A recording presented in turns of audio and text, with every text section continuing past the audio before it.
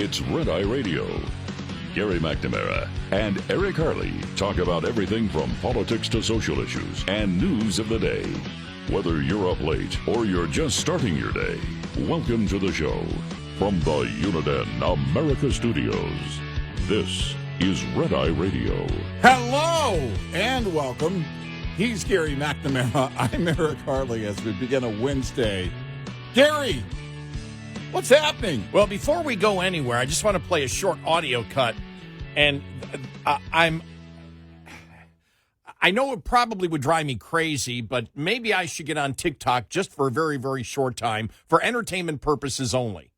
Yeah, okay. Because this was on there from a woman who proudly says, I'm a white woman. Make sure you have a big box of wine ready for the TikTok, if you're going to get on big the box? It's Okay. a huge box of wine ready. That way, it'll help ease you into it. Oh, okay. Yeah. But here it is. I just happened to come upon this about 15 minutes ago, Yeah. and somebody put it on X, and I can't stop laughing because this woman is doing all white men a big, big favor. Oh, Here we go. Listen to this. All right. Friendly reminder, as a white American woman, I will no longer be dating white men. I'm looking for anything other than a white man, okay? Just a heads up. Did everybody get that memo? The guys in the control room, raise your hand if you got the memo. They got the memo. Gary got the memo. I got the memo. I'm not single, but I'll spread that to my single friends. I'll make sure they get the memo. Everybody get that? Everybody get it? And it's like the best part is the responses on behalf of all white men, or on behalf of white men, I agree to her terms. And then it's like, as a black man, no, thank you. Well, here's the problem. Here's the problem. All of the liberal men are sitting around in their hemp sweaters, and with their half beards. You're going, what? Well, why not? Why aren't you going to date us? And this is great. One of the comments, as leader of the black delegation, we will pass our bid to the Koreans.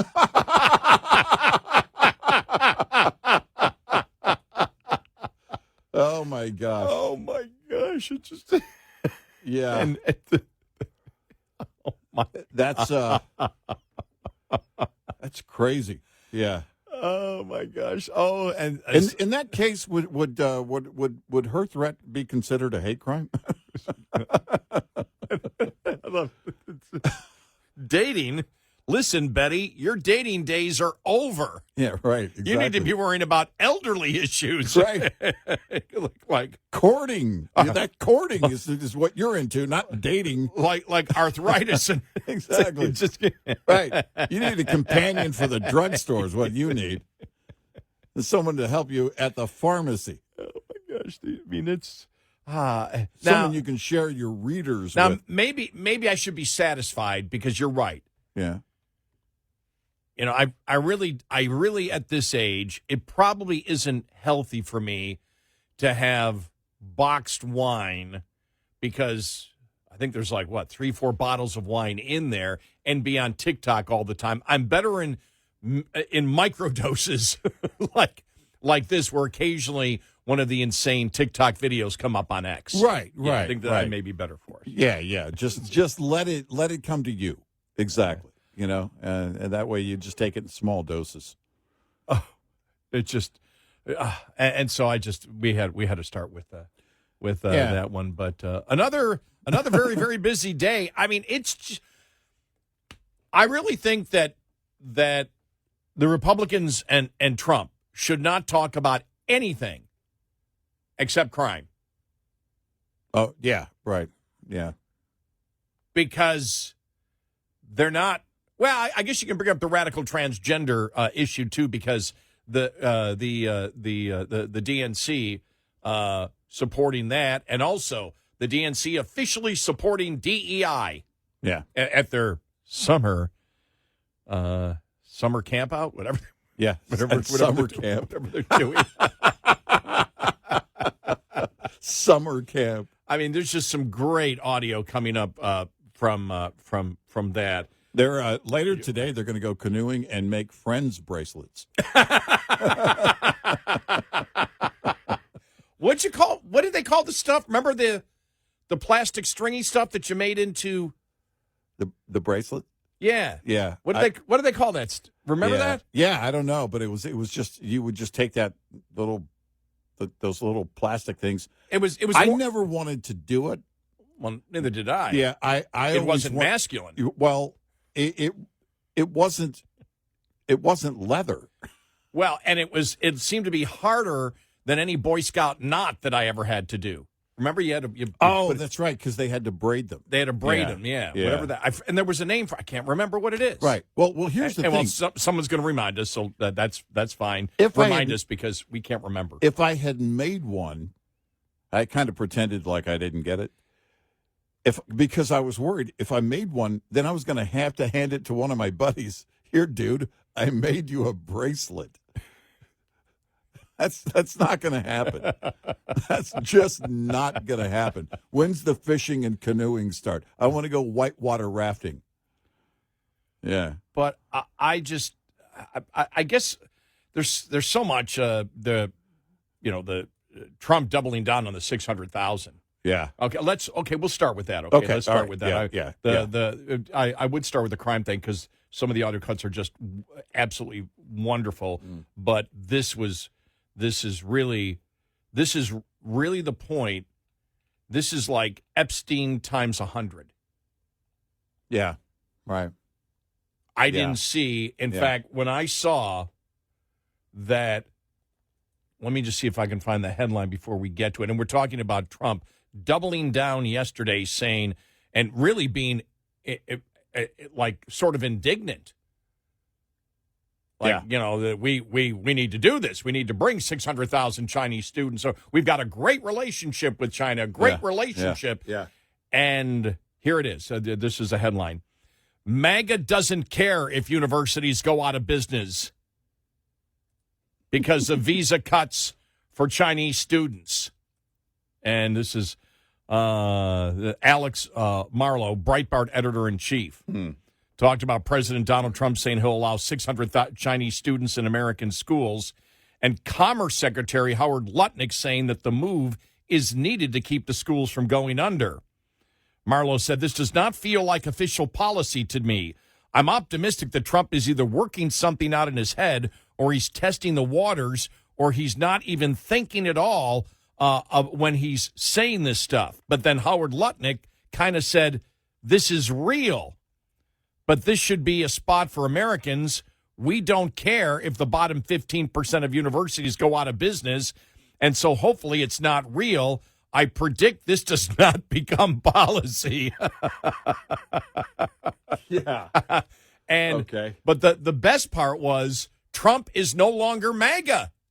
MAGA doesn't care. Trump's MAGA. Remember we asked that with the Epstein thing. We said, well, somebody define MAGA. Right. And now you've got self-identified MAGA leaders implying that President Trump is no longer MAGA. We said it yesterday, and the only response I really got to was people saying, "Well, he hasn't done it yet. He's playing ninth dimensional checkers plus chess and Parcheesi." And the little peg game at Cracker Barrel. The peg game. Oh, we'll get to that too. Ninth dimensional, whatever that peg game is. at We'll Cracker get to that, but I didn't find, and I did a ton of searching for it. I couldn't find anyone, and I'm talking about the social media influencers that are 100% behind anything that he does. Not one of them. Not one. They posted the story without comment. Yeah. And here it is. Let's go to this is Trump doubling down on it yesterday. Here we go. Yesterday, you said you wanted to allow 600,000 Chinese students to study in the United States. Could you and the Secretary clarify what is the policy on Chinese students in the United States? Well, we think we're getting along very well with China. And I'm getting along very well with President Xi. I think it's very insulting to say students can't come here because they'll go out and they'll start building schools and they'll be able to survive it. But I like that their students come here. I like that other countries' students come here. And you know what would happen if they didn't? Our college system would go to hell very quickly. And it wouldn't be the top colleges. It would be colleges that struggle on the bottom. And you take out 300,000 or 600,000 students out of the system. I like having, and I told this to President Xi, that we're honored to have their students here. Now, with that, we check and we're careful and we see who's there. And Marco wants that. We're in the same position. You can't sell that. Nope. You cannot sell that. Nope. And There's no way in the world to sell that. There are a couple of things here. It doesn't matter if you want to say, no, these aren't the big universities. These are the smaller universities that are hurting. None of that matters because in the era of all these administrators at the big Ivy League colleges, they've quite frankly ruined it for everybody because you have to believe that kind of activity is happening at all colleges, and that's what people assume. So whatever the perception is the reality on that front. And then you talk about 600,000 people coming from China?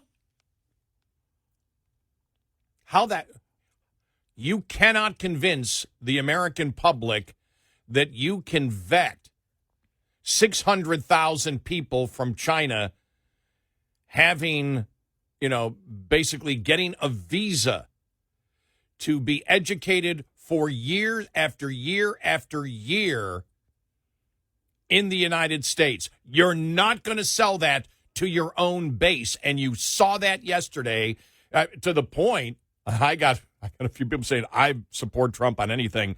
Gary, can you explain what the hell is in his head? And the whole thing is, well, maybe he's not thinking it through. If you saw yesterday, he doubled down on it and then said exactly what Lutnick said. Exactly what Lutnick said. Yep. And so they've discussed this. This isn't just off the top of his head. It's and talking about China as if they're what Canada used to be. I don't get it. No. I don't. If it's one of these weird thoughts and then ends up being a fleeting thought, like, yeah, we probably won't do that. And that's what we heard the next day. That was one thing. And that does happen. But that's not what's going on here. This doubling down and saying, you don't understand. Their students, the universities are hurting. By the way, Breitbart, I don't care. This is because the college system, it's up to the college system to fix whatever is going on with attendance. And if it turns out to be a huge cultural shift and a combination of things from parents and students, prospective students deciding, you know what, it's not for me. Going to go to trade school, going to go to community college, and then from there I'll decide. Whatever it is, whatever those dynamics are, it's not up to the government. And the solution damn sure isn't bringing in 600,000 people from China. That's a hard no all day. There is no way to win this at all. Getting blasted. There's a couple people, that it could cost, if these 600,000 people aren't here from China, that could cost $15 billion in economic people are like, are you out of your freaking mind? You're trying to sell this with a country that we know will do anything to spy, has already, with Biden, we know, infiltrate the colleges with money, attempting to gain influence, attempting to get their students over here. This is pure insanity from the president. They got all the way into a lawmaker's bedroom. Yeah. Swalwell. I just remember, it's like, and then the ones that don't know what to do. Not saying he's wrong, but you just can't run on America first and then do stuff like this and expect your base to be in line.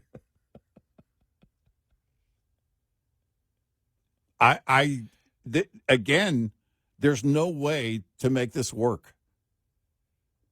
There's no way to make this work. And then somebody makes his case. It would be refreshing if he just told the truth. China has us by the blank for rare earth minerals. This was a deal. This is the deal we cut in order to get the minerals.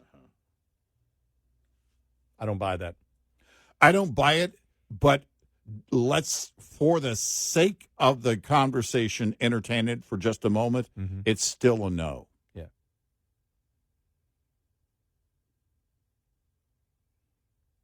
It's still a no, because on the other side of that, China has things, a lot of things, they need from us.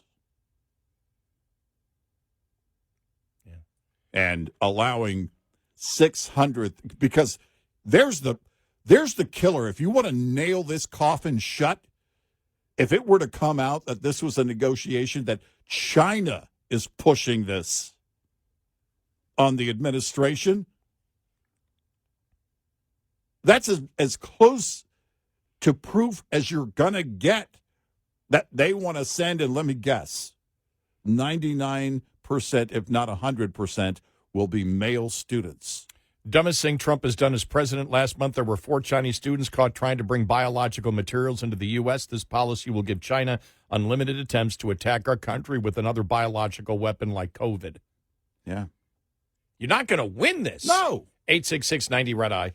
This report is brought to you by Shell Rotella. With advanced synthetic technology, is designed to help keep your rig running with more mileage and less maintenance. How much do you know about synthetic oil?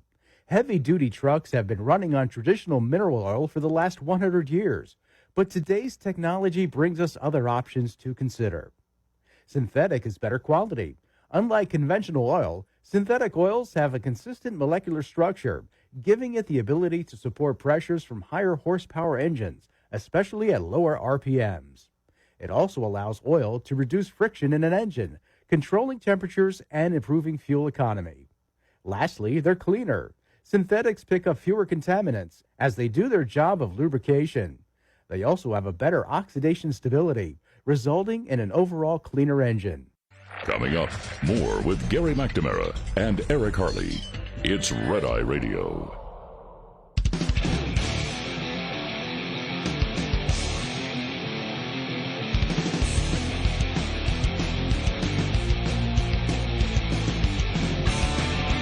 He's Eric Harley, and I'm Gary McNamara. Coming up on the bottom of the hour, Cracker Barrel reverses on their branding. But you see that Fox Business story, that was all over the place yesterday, that this whole thing was laid out. I mean, of course it was. I mean, we always talk about that people actually sit in a room and discuss this stuff, and there was objection to where they were going on that. So we'll get to that and just a whole bunch more. I mean, the Democrats on crime, they got to be on drugs. Yeah. They got to be on drugs. And I don't know. They're not stopping. No.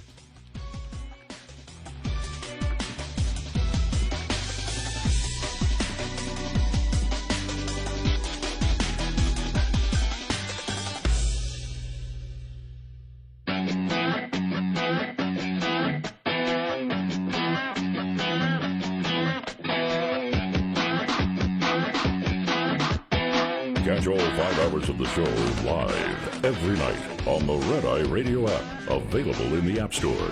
Red Eye Radio. And he is Eric Harley, and I'm Gary McNamara. Welcome and good morning. Thanks so much for being here. Download our Red Eye Radio app, and you can listen when and where you choose. Just quickly on the politics, Trump had probably one of the best weeks that a president has had in a long time last week. When you look at on foreign relations, and then on the entire crime thing in Washington. I mean, he had just an incredible week. All of a sudden now, you look at it and you're like, what's happening? You know, the 600,000, you can't sell that to anybody. That's not a winner with the American public. Yeah. For them to actually sit, because now you know it wasn't just something off the top of his head. They've workshopped this. Yeah. Yeah. Because him and Besson saying the exact same thing. They've had discussions on it and long discussions. You cannot sell this to the American people. And you can't sell it to your own base. When you have Breitbart saying, basically separating the MAGA leaders, the MAGA influencers from the MAGA leader. Yeah. And saying MAGA is against what Trump is doing. Well, Trump is MAGA. Just getting to that point, if he doesn't reverse this and say, no, that's not going to happen in the next couple of days, if he did like he did with Epstein and start snapping back at MAGA leaders, you can't sell this. You know, you look at that, you look at him talking about, the wealth fund, like Saudi Arabia has. Conservatives and populists are looking at this going, stop it. Just stop it. Yeah, I mean, I asked the question yesterday, and I still don't know. Where are these ideas coming from, and why multiple ideas this week that have just been floated and there's pushback from conservatives? Where is that inspiration? They typically, an idea that doesn't set well with the right from President Trump will pop up and then just kind of fade away. Yeah. Well, multiple pop-ups, if you want to say it, and then the doubling down on the whole Chinese student thing. Well, I'll even, because we analyzed the whole flag burning thing the other day. And if you think about it, Trump was trying to send the message that I'm not going to pay attention. We're going to go out. We're not going to pay attention to what the bad Supreme Court rulings were. Some of his base like that. We're going to challenge the courts on this. Yeah. And then you find out what he actually said is not in the executive order. Right. So that part of MAGA that's like, we need to challenge the courts on these things that are just absolutely wrong. We need to do it. We need to challenge them on it. That's not what he was doing. No. It's not what he was doing at all. He was saying one thing. He was saying that I can put through an executive order that will put you in jail for a year. Well, anybody who knows anything about the Constitution, anybody who knows anything about how the country works, knows that there isn't a president that can put out an executive order outside of martial law that will create a new law, a new criminal law with a sentence attached to it. Everybody, why did he do that? Well, he did it so people will burn flags. Did he? All I know is none of it made sense, and it disappeared within a day. Did you notice that? Yeah, that there was wasn't gone. much of that anything was, yesterday. That was gone yesterday, Yeah. Which means what? It didn't float. It didn't float. But why the Chinese student thing? What is pushing that? Okay. What's giving No, that energy? You're right. You can throw the flag burning thing away because that was reversed. You can even, the Sovereign Wealth Fund, you can even just say, because that would be, that people are going to go, okay, Congress would get involved in that. There's no way the executive branch can have a sovereign wealth fund that they can invest in private business on their own. So we're light years away from that happening. Right. So that's light at years. least a long way from Right, that happening. right. So you look at the 600,000, you go, my God, that's so easy. Because if you say sovereign wealth fund, people go, huh? What's that? 600,000 Chinese students here in the United States. And the president promoting this as a good thing. And basically, what's wrong with you if you can't see this? Right. I mean, you just can't sell that. Where the hell did that come from? It really is. Again, it's just mind-boggling because the push. It was like he was renewing the push. Yeah. Like he's making the case for it. Which again, where does that energy come from? And come on, MAGA, why don't you understand this? Well, come on. This is good for everybody. That was kind of the tone. Yeah. I know it was just. Come on, guys. Yeah. It's only 600,000 Chinese citizens. And we get along with the Chinese fine. Everything's fine with China. They're students. They're studying. Oh, my gosh. Oh, we're going to be able to vet them. No, you can't vet China. You can't. You can't vet. How? You can't vet By them. using their vetting system? Yeah. Because that's the only way you're going to be able to do it. I mean, which, of course, is a joke, is to rely on information from the government of China. Huh? Seriously. Yeah. Oh, my gosh. Did someone slip some edibles in?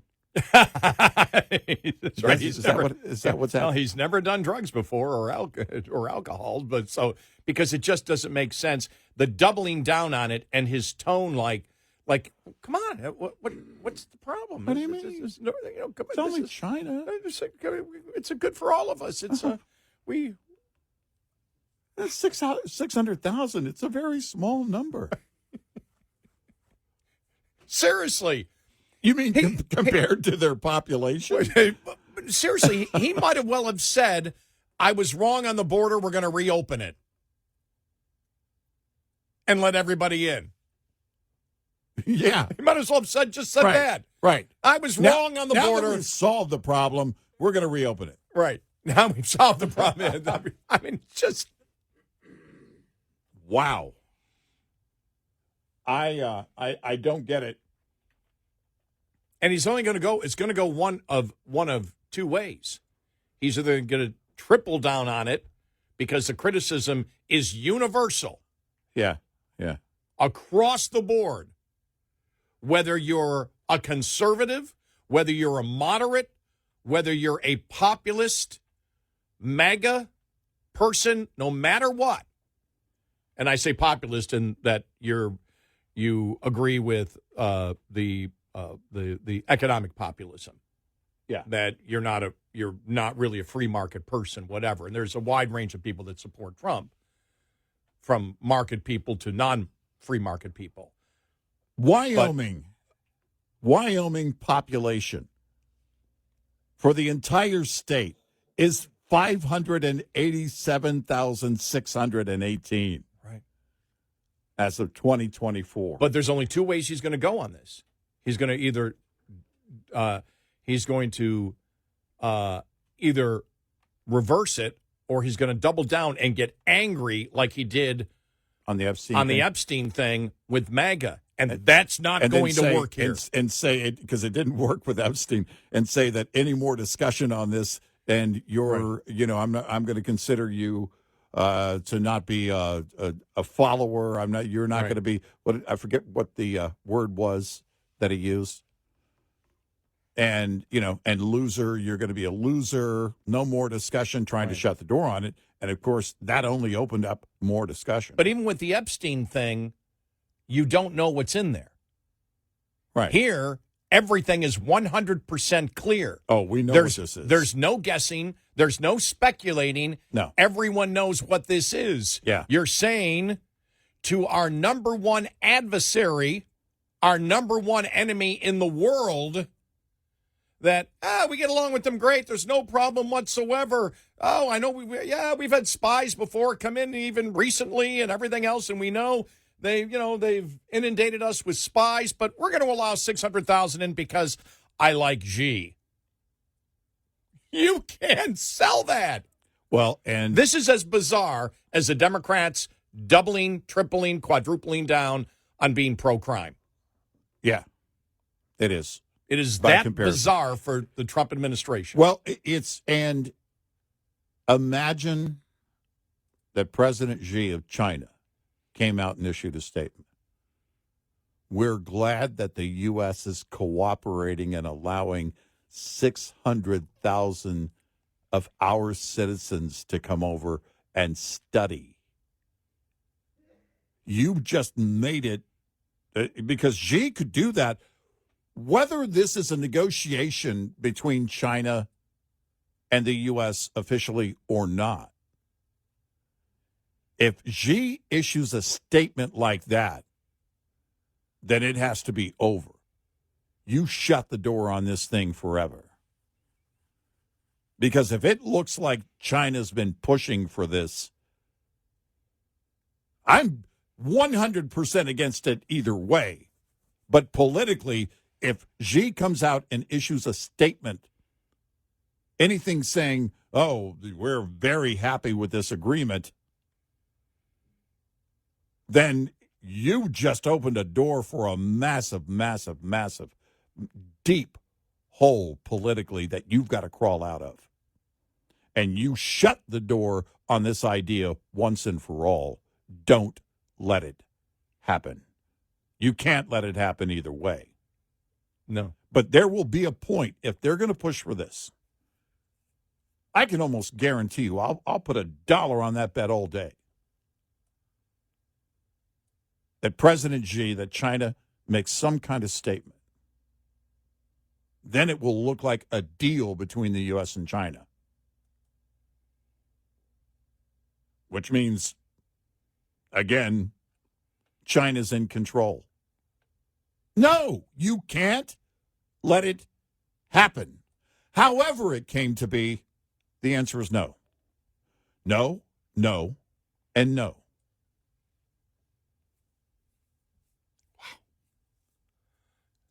It was, I couldn't believe it yet. I thought they were going to drop it. He was just not saying anything about it. Yeah. Just drop it and move on to something else. And Right. I couldn't believe when the question was asked and he was just like, and then even the first time in the thing, he says, you talk about communism, but you're doing this. He didn't come out and say, I'm not a communist. He just said, no, we think it's a great idea. Right, Like, wow. right.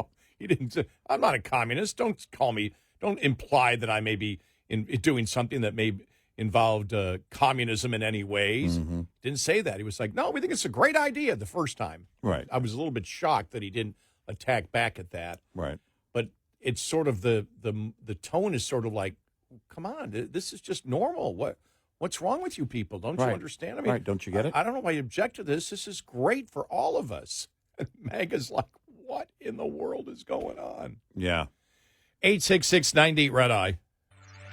Lines open for your calls. 866-90 Red Eye on Red Eye Radio.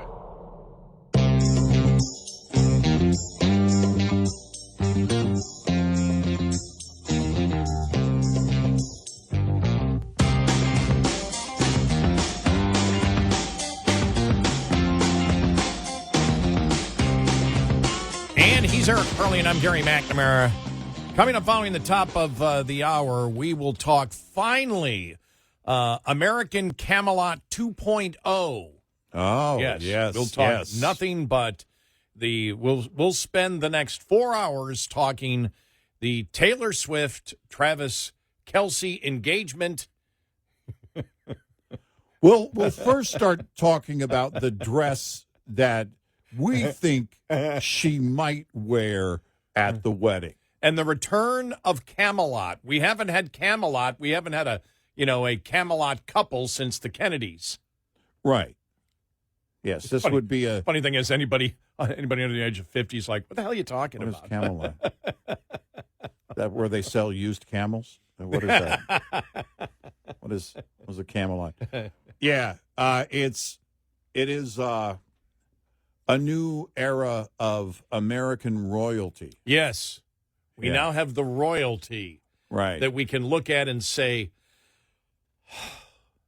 that's what we strive to be. Yeah. What is it like to be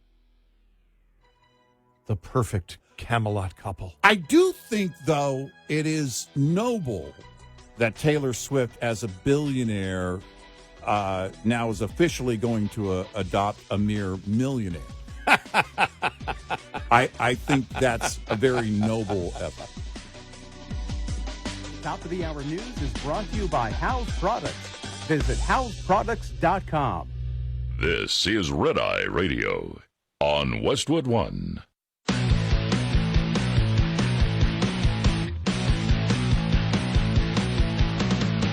Now, it's Red Eye Radio.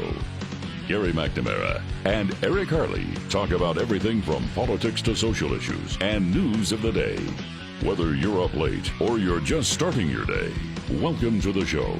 From the Uniden America Studios, this is Red Eye Radio. All across America, he is Eric Harley, and I'm Gary McNamara. Welcome and good morning. Thanks so much for being here. You know, the other thing yesterday that made it so bizarre, the president doubling down on 600,000 Chinese students coming into the U.S., was at roughly around the same time that he was announcing that. Here in the great state of Texas, Governor Abbott signed legislation Tuesday afternoon that will protect the state against threats from hostile foreign adversaries. This is this would keep a state law preventing hostile foreign adversaries of the United States from owning land in Texas. Hostile foreign adversaries like China, Iran, Russia, and North Korea. That's funny. I thought you just said China. Yes. and then the president saying it's very insulting to say that students can't come here from China. Attacking his own base. It's insulting. How dare you be that kind of insulting? Just mind-boggling. This is going to be fascinating as to where he goes on this now. Yeah. Because it seems like the push is on, the fight is on, for the Chinese students thing.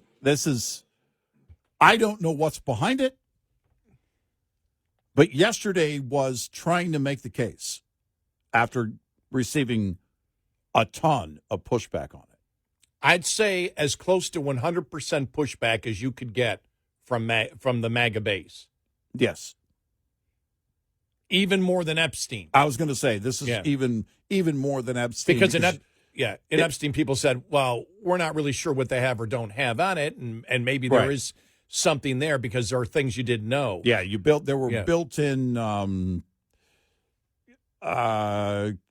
conditional considerations based on the fact that it was unknown.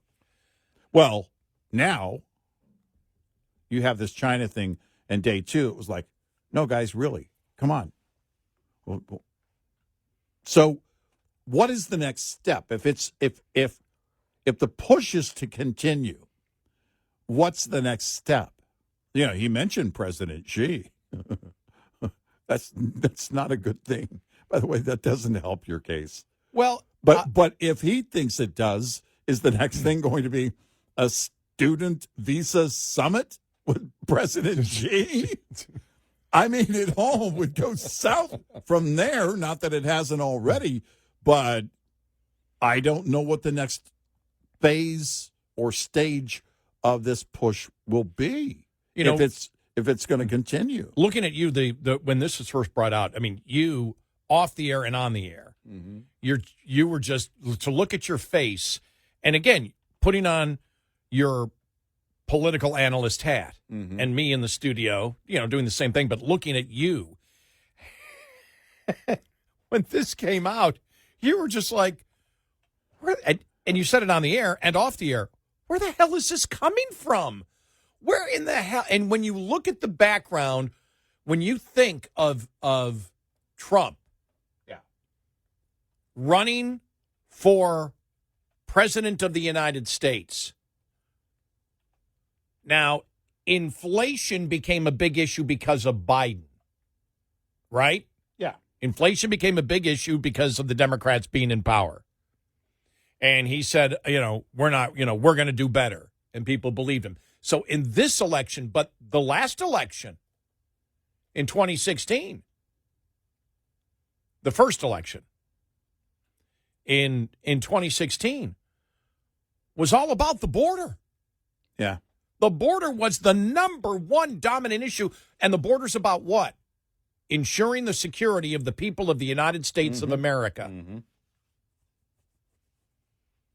And then even leading up to this, we're going to go over every single visa, all the 6 million visas. We're just the last couple of days. We're going to go through. And if you've got any anti-Semitic post, you're gone. You're not going to be able to come in. All this stuff. Here's what we're going to be looking for. And all of a sudden, 600,000 Chinese students from our number one hostile, to use the term that Governor Abbott used, the number one hostile adversary of the United States. 600,000 students, we want them to come here. Yeah. And if you don't like it, why are you being so insulting? It defies any type of rational logic at all. And you're telling me that in the administration, when they talked about this, they didn't even have someone, at least one person in Cracker Barrel stood up and say, this is a dumb idea. Right. Nobody stood up and said, what are you doing? You can't do this. You cannot tell me that Susie Wiles isn't going, what are you doing here? You can't do this. Where's Marco Rubio on this? Where's Marco Rubio on this? None have publicly said anything in a negative way, but what are they saying behind the scenes? You cannot forget about the substance, just politically. Just forget about the substance and the spine and everything else. I mean, you really can't separate the two. Just the politics of what created MAGA. Yeah. MAGA was created that Trump is the person that will protect Americans first. Right. That was the first issue, was the border. Yeah. That was the major issue, was the border. Yeah. Nothing came close to the border. The economy was probably a distant second. Right.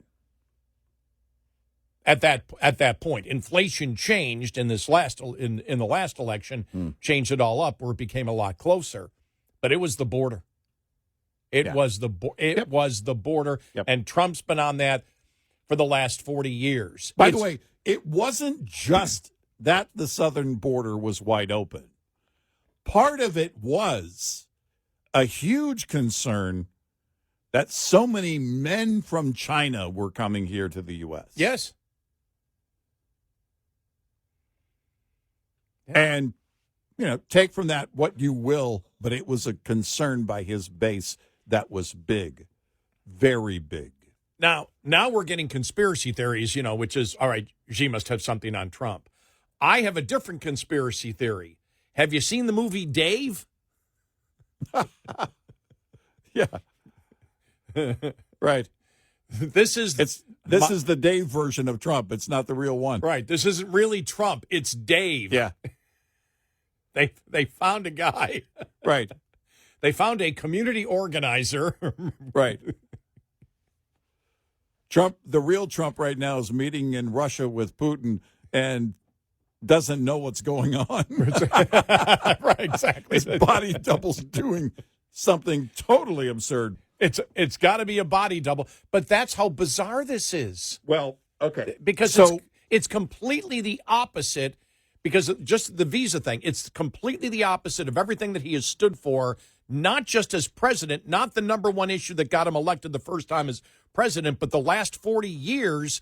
And then, like I said, the last couple of days of visa, and in one day, completely a 180-degree change in what the messaging that he has been sending since the 1980s to the American public. And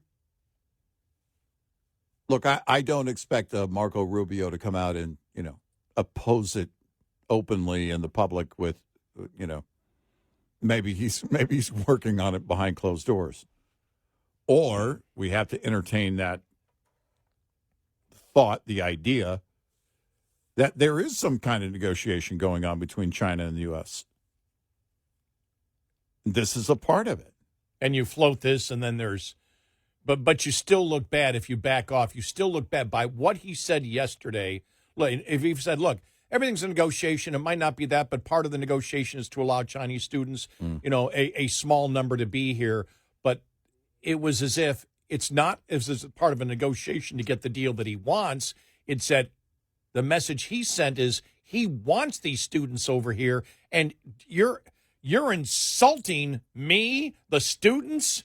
You're being insulting by not being on board with this immediately. Right. That's the message is not just the fact of if he was negotiating. Look, in order to negotiate, this is what they really want, and so we're going to make some. We're going to make, even though we're not very happy with it, these students that come over, they are going to be vetted like crazy. It was like, well, no, just let them go. Fine. This is, how dare you be insulting in this way? Mm-hmm. It's the tone and the attitude of selling it the way that he is that has to be just infuriating MAGA. Yeah, I think so. Because whatever MAGA is these days. The problem too if it does come out that this is part of a negotiation with China, it makes it even worse. That's a good point. You're on bended knee for China. Yeah. And this is their ask. Well, why would this be their ask? Why in the world would China want to send 600,000 of their citizens to the United States? I have a few ideas as to why. I think most critical thinkers do. So this is a no. It's a no based on anything and everything. It doesn't matter. A mineral deal or anything else. This isn't part of the offer in any quid pro quo.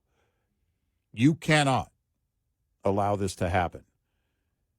You do, and you're going to set yourself back on the border thing.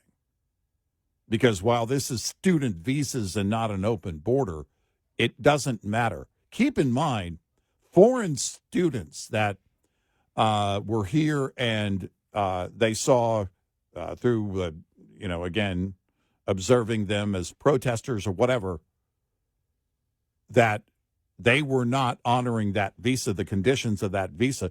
They've been deported. There have been actions taken on foreign students. And part of that was... That's another great point. You cannot, because we've talked about it.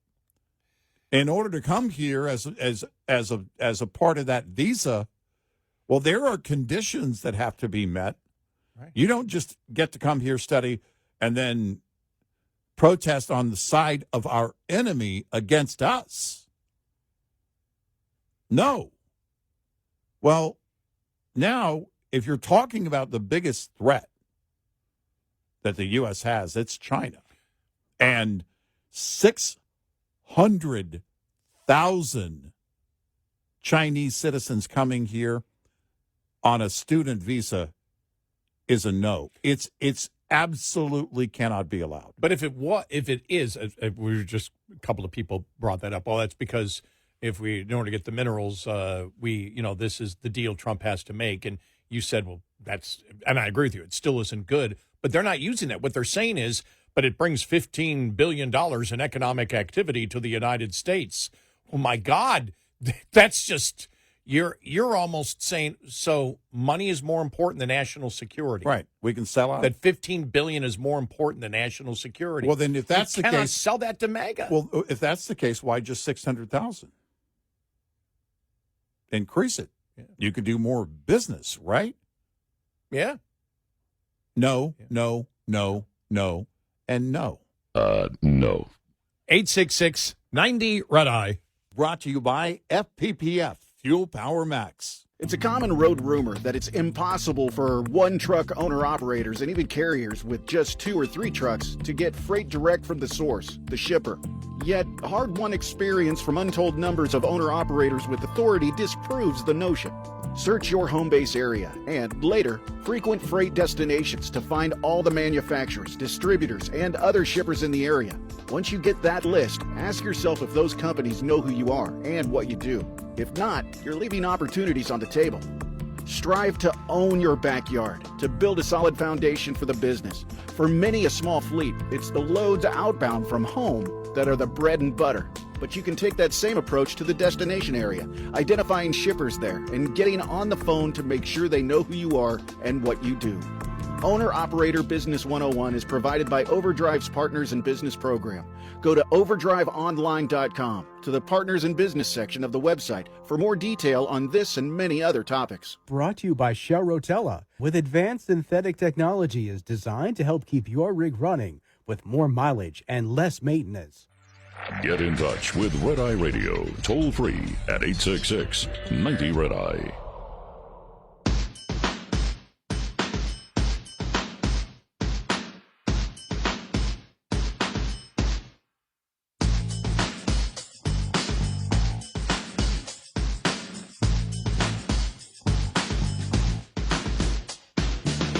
We are Red Eye Radio. He's Eric Curley, and I'm Gary McNamara. The Cracker Barrel stuff and a whole bunch more coming up. But first, the number one story of the day yesterday, of course. Yeah. Nothing could come close to it. The engagement of Taylor Swift and Travis Kelce. It's the story. Oh, yeah, there is no other story. There really is, and there's nothing of greater importance. Nothing of in the greater world. importance in the entire world. in American history. I don't know that there's ever been anything this important.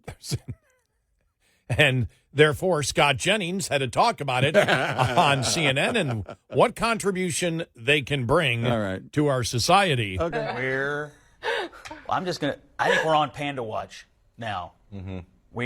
I'm just saying, I think the greatest contribution they could make to Western civilization at this point would be to have a bunch of babies and persuade all these people who mindlessly follow them to also have a bunch of babies. Mindlessly. That's Why right. the They don't have dick? enough babies. I just think if they had a bunch of babies, it would help, the birth rate. She's So written people many wouldn't get songs. Mindlessly follow them. Oh, she had a baby. I'll Yeah. have a baby. Yeah. Yeah. Right. That was the best. I love it. Because he said those who, basically the women who follow her mindlessly, Right. they go mindlessly. Taylor had a baby. I'm having a baby. I got to have a baby because Taylor had a baby. Right. And fur babies don't count. You can't adopt a kitten. That's no. Oh, God. It's got to have a baby. It's going to be funny. Listen. Does this mean they'll go away or? Oh, no. What? No. No, it's permanent. It's No. making it permanent. No. Kansas City plays in Buffalo this year. Yeah. Do I have to watch? I heard her she's in- thinking about buying the Buffalo Bills. That may be a rumor I just made up, but Well, Terry Pagula is richer. yeah, but she's more famous. He likes it that way. She's going to crowdfund it. Yeah, he made his money in oil and natural gas. Right, and she made her money. How did she make money again? Anyway, I don't know, a reality show about her and a football player, or how did that happen? does she play some music or something? How did that happen? I forget. I'm not sure anyone actually knows. But Well, we can stop talking. The media can stop talking about her because, as we know, her political influence has been way overrated. well, no, I think they're going to do live coverage of the wedding. They're going to do live coverage of the bridesmaids going to get fitted. They're going to do live coverage of the shopping for the ring. Well, I They're guess going to do live coverage of all of it. I'm guessing I'm going to go back to YouTube a lot more then and watch that guy build another pond. Yeah. Well, you won't be able to because all the other videos of her will be up there. Your algorithm is going to be filled with her because it's billions of views. Only one thing will be trending, right? Yeah, exactly. God help us. Oh, my God.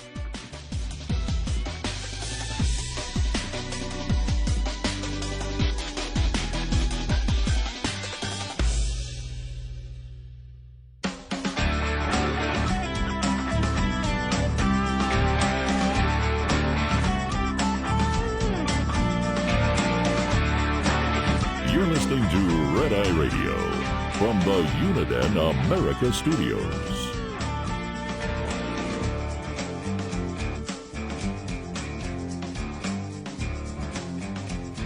We are Red Eye Radio. He's Eric Carly, and I'm Gary McNamara. Welcome and good morning. Thanks so much for being here this morning. As always, you can download our Red Eye Radio app today and listen when and where you choose. So before I went to bed, and the Cracker Barrel stuff was, still all over the place, and the memes all over the place. And then I wake up, and when I wake up, it's like, oh, Yeah. wow. Okay. Is everything changing or just the logo? But before that happened, the story had come out in Fox Business. Cracker Barrel CEO dismissed warnings from a top investor who called the rebranding an obvious folly. Cracker Barrel's slide into a rebranding debacle began with a phone call at 4:30 p.m. on May 16th, 2024. That day, Cracker Barrel's new CEO, Junie Messina, got on the phone with investors and unveiled the details of a strategic transformation plan her board of directors had approved. The first of 5 pillars in the plan would be refining and evolving the brand across all touch points. God, right there, you'd lose me. All touch points. What a line of bull crap. Over the next months, Messina and her board of directors dismissed at least 4 warnings by a top investor, Sardar Biglari, that the rebranding was an obvious folly. Filings with the Security and Exchange Commission reveal Cracker Barrel is not a broken brand, but it has a broken board, he wrote in a scathing 7-page letter to shareholders. He laid out his criticisms in a 120-page slide deck presentation with the title Cracker Barrel is in Crisis next to the company's longtime logo with the old man. And they go through the fact that, they unveiled the new logo and all this. And on the call in May of 2024, Messina announced that she'd hire a new leading branding agency to refine and strengthen positioning to delight existing and new guests. The other pillars included enhancing the menu, involving the store and guest experience, winning in digital and off-premise, and elevating the employee experience. Biglari, a San Antonio, Texas venture capitalist, sometimes nicknamed Big, did not buy the corporate gobbledygook. Since 2011, he had become one of the company's largest investors. Besides BlackRock, if BlackRock's investing in you, you got to worry at that point. GMT Capital Corporation, Vanguard, also Vanguard, you can throw them in there, and Alliance Bernstein. He also owns Maxim Magazine, which endorsed Trump in 2024, and Steak and Shake, another national restaurant chain. Now I understand why Steak and Shake put out those social media posts against Cracker Barrel. Yeah. That was weird to begin with. Yeah, it seems he would be behind that. Yep. Cracker Barrel issued a statement that it could have done a better job sharing who we are, but didn't indicate it would reverse course. Other investors also did not react well to the news, a company's share price falling the next day. The son of a former military officer in Iran. He was born in Iran in 1977, fled to San Antonio with his family after the Ayatollah came to power. Wow. Working first at his family's Persian carpet store, Biglari built businesses as a teen, and then in his 20s created an investment firm, Biglari Holdings, that now trades on the New York Stock Exchange. He has invested in a series of all-American restaurant brands, including Western Sizzlin', Friendly's, Steak and Shake, and Cracker Barrel. I just shaking my head because I'm going, okay, they're all in business to do what? Those companies, when you think about their brand. Serve food that people want. Yeah. Make money. Yeah. A series of Cracker Barrel boards and senior executives dismissed him as a wayward activist investor with a suspect ultimate agenda. And his criticism last year fell on deaf ears. He earned a reputation as a bully, an evil genius with a Type X personality driven by money.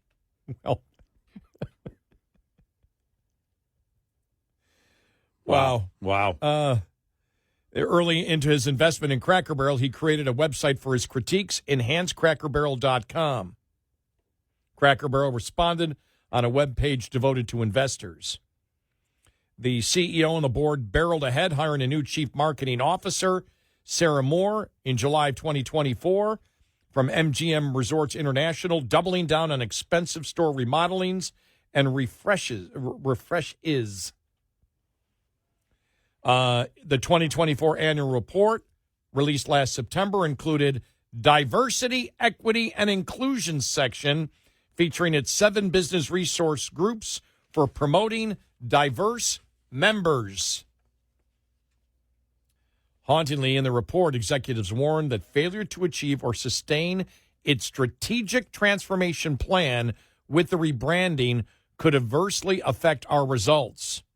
They noted that unfavorable publicity could harm our business, as could activist shareholders.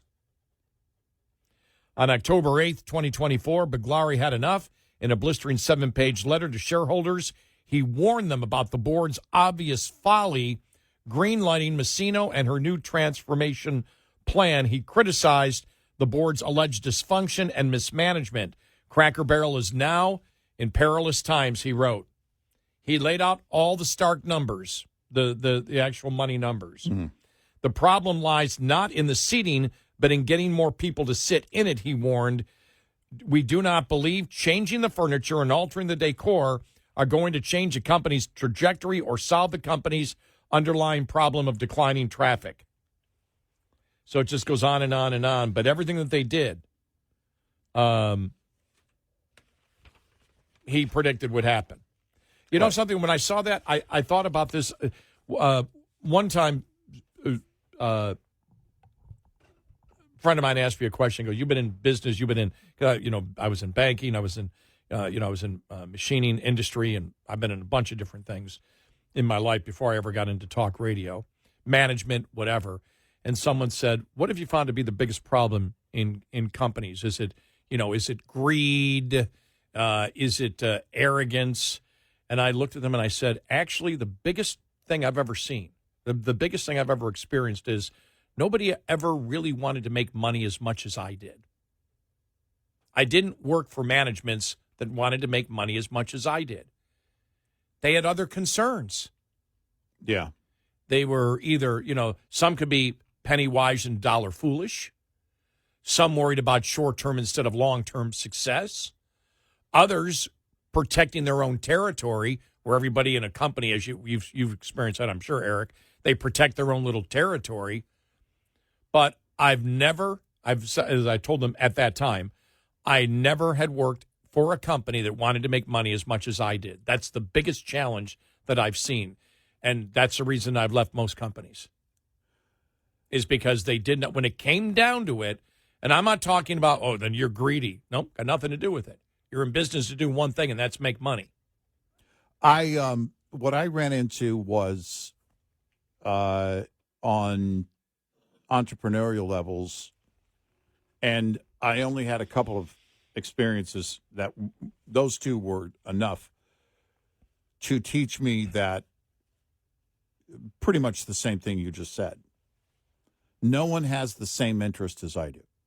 With the exception of my wife, I don't do partnerships anymore for that reason, where they're, I do have certain partners in business, but in terms of investing with partners, I don't do that unless there is, it would be a rare thing for me to ever do it again, but I would have to see some kind of incentive that shows me that they have the same drive and goal as I do. And that's the problem that I've run into a couple of times. One was actually a huge deal. Everything was working except the creative end of that. And the creative end of that was everything, of course. It was the product. And when I realized it wasn't going to happen, it was disappointing, but that's when I sold my portion and said, no thanks. And the disappointment was, and it wasn't that I had this big dream of something going right. Things were going right. National attention on this product. And yet the founder just couldn't get on board. They just couldn't get motivated in the way that you need to be motivated at that level. And that's fine. That was their decision, and I made mine. And when I look at a brand like a Cracker Barrel, it's a known quantity. Very few people aren't aware of Cracker Barrel and what they're about. When you have a brand that is that solid, when people know what to expect when they go in, if something is happening with your net profits, which has been the case over a couple of years, you need to find out what's going on in that game. What is it? Is it your supply chain? Is it your vendors that you're dealing with? Is there an internal problem when it comes to employees? When COVID hit, a lot of servers left the industry. I don't want to do that anymore.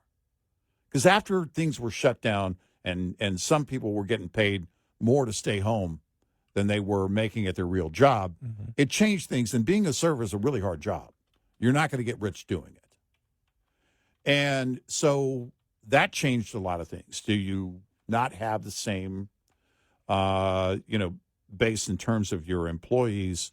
And that's what's required, but especially in that case, when it needs to be a pleasant experience based on your clientele. It needs to be a very particular experience based on who you are.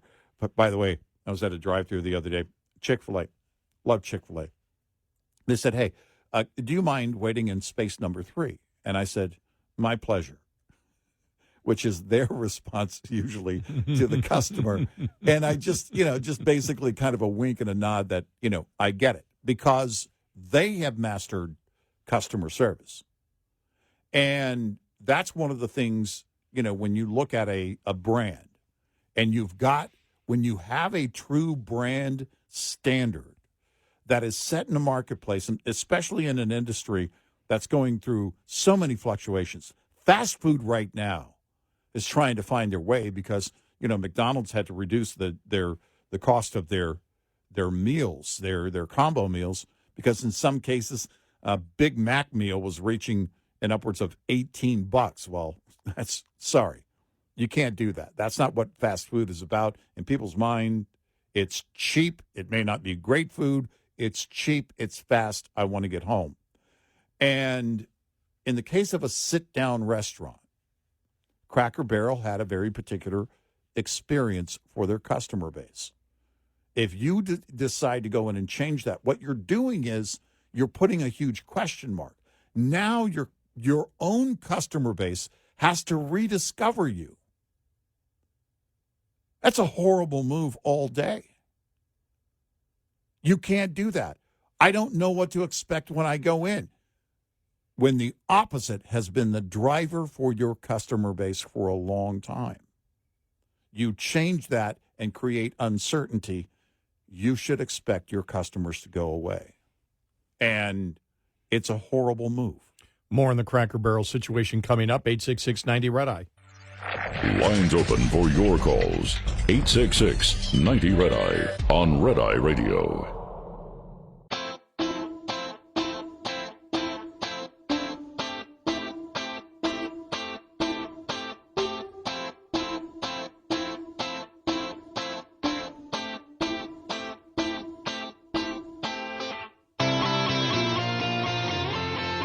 We are Red Eye Radio. He's Eric Harley, and I'm Gary McNamara. So the one major investor, Big Larry, as we talked about, Big Larry, that's his last name, said, you see the erosion of earnings, and the actual gross receipts were more. He goes, you're wasting your money. You're spending $700 million, and they're like, and he's like, your whole thing is you're trying to modernize. He said when the company was created in 1969, everything was old because the brand is from the 1920s. Right. That's the brand. Right. The brand is old. Right. The brand is not, we're going to make it new because the brand is old. The brand was created to be old. Right. We'll talk more about this coming up here.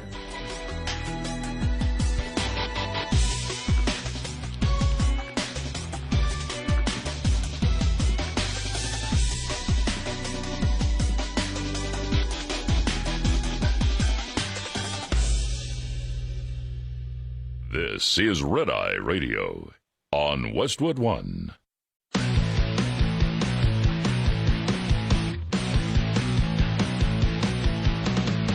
Now, it's Red Eye Radio. Gary McNamara and Eric Harley talk about everything from politics to social issues and news of the day. Whether you're up late or you're just starting your day, welcome to the show.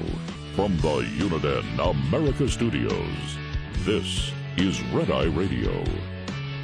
All across America, we are Red Eye Radio. He is Eric Harley, and I'm Gary McNamara. Welcome and good morning. Thank you for being here this morning.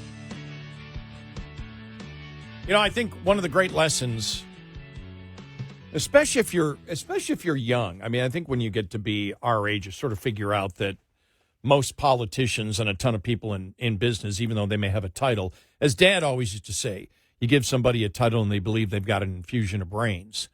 And I've always looked at my father, and this doesn't come from me. It comes from people that knew him and who said, in business and said, yep, your dad, most people would know it, but he was always the smartest person in the world, in the room, not world, in the room. I don't think my father would have ever compared himself to Einstein. But they said he was the smartest person in the world. And I said, in the room, I said, how did you know? They said, because all he did was ask questions. Yeah, right. Yeah. He asked questions all the time. And it was my dad who coined that philosophy, who told me one time, and boy, I was indignant before he explained it to me. And he said, you want to know how you succeed in business? And I said, how? And he said, be right 100% of the time. And I said, come on, Dad, that's impossible. No human being could ever be right 100% of the time. Aside from Eric. Right. He goes, he said, well, then if you don't know if you're 100% right, then shut the hell up. Yeah. Meaning if you're in a meeting, you don't know. Don't BS. There is so much. I'm telling you, and I've been in every type of business known to mankind. And that's business, industry, media, you name it. Most consultants are completely useless. Yes. Well, because they don't have the same exact goals as you have. Nope. They don't have the same motivation that you have. And It's kind of rare, especially in today's world, that you find people with that motive, and when there's that real drive in someone, quite often they're an entrepreneur. And we were talking about Big Larry Holdings. Here's a guy who came here from Iran back in the 70s and then just created a massive company. His stock price on his Class A is over $1,500 right now. And they own a great number of things. This is somebody who saw the opportunity here in America and took full advantage of it. And that's the kind of motivation you look for in putting somebody in charge of a business, including Cracker Barrel or whatever the business may be. You know, when you talk about things like, or companies like Sears, now back in the day, Sears was everything, right? Department stores. Oh my gosh, yeah. I could go there and get a set of Craftsman tools. Yeah, I could, but I mean, when I was a kid, my parents would.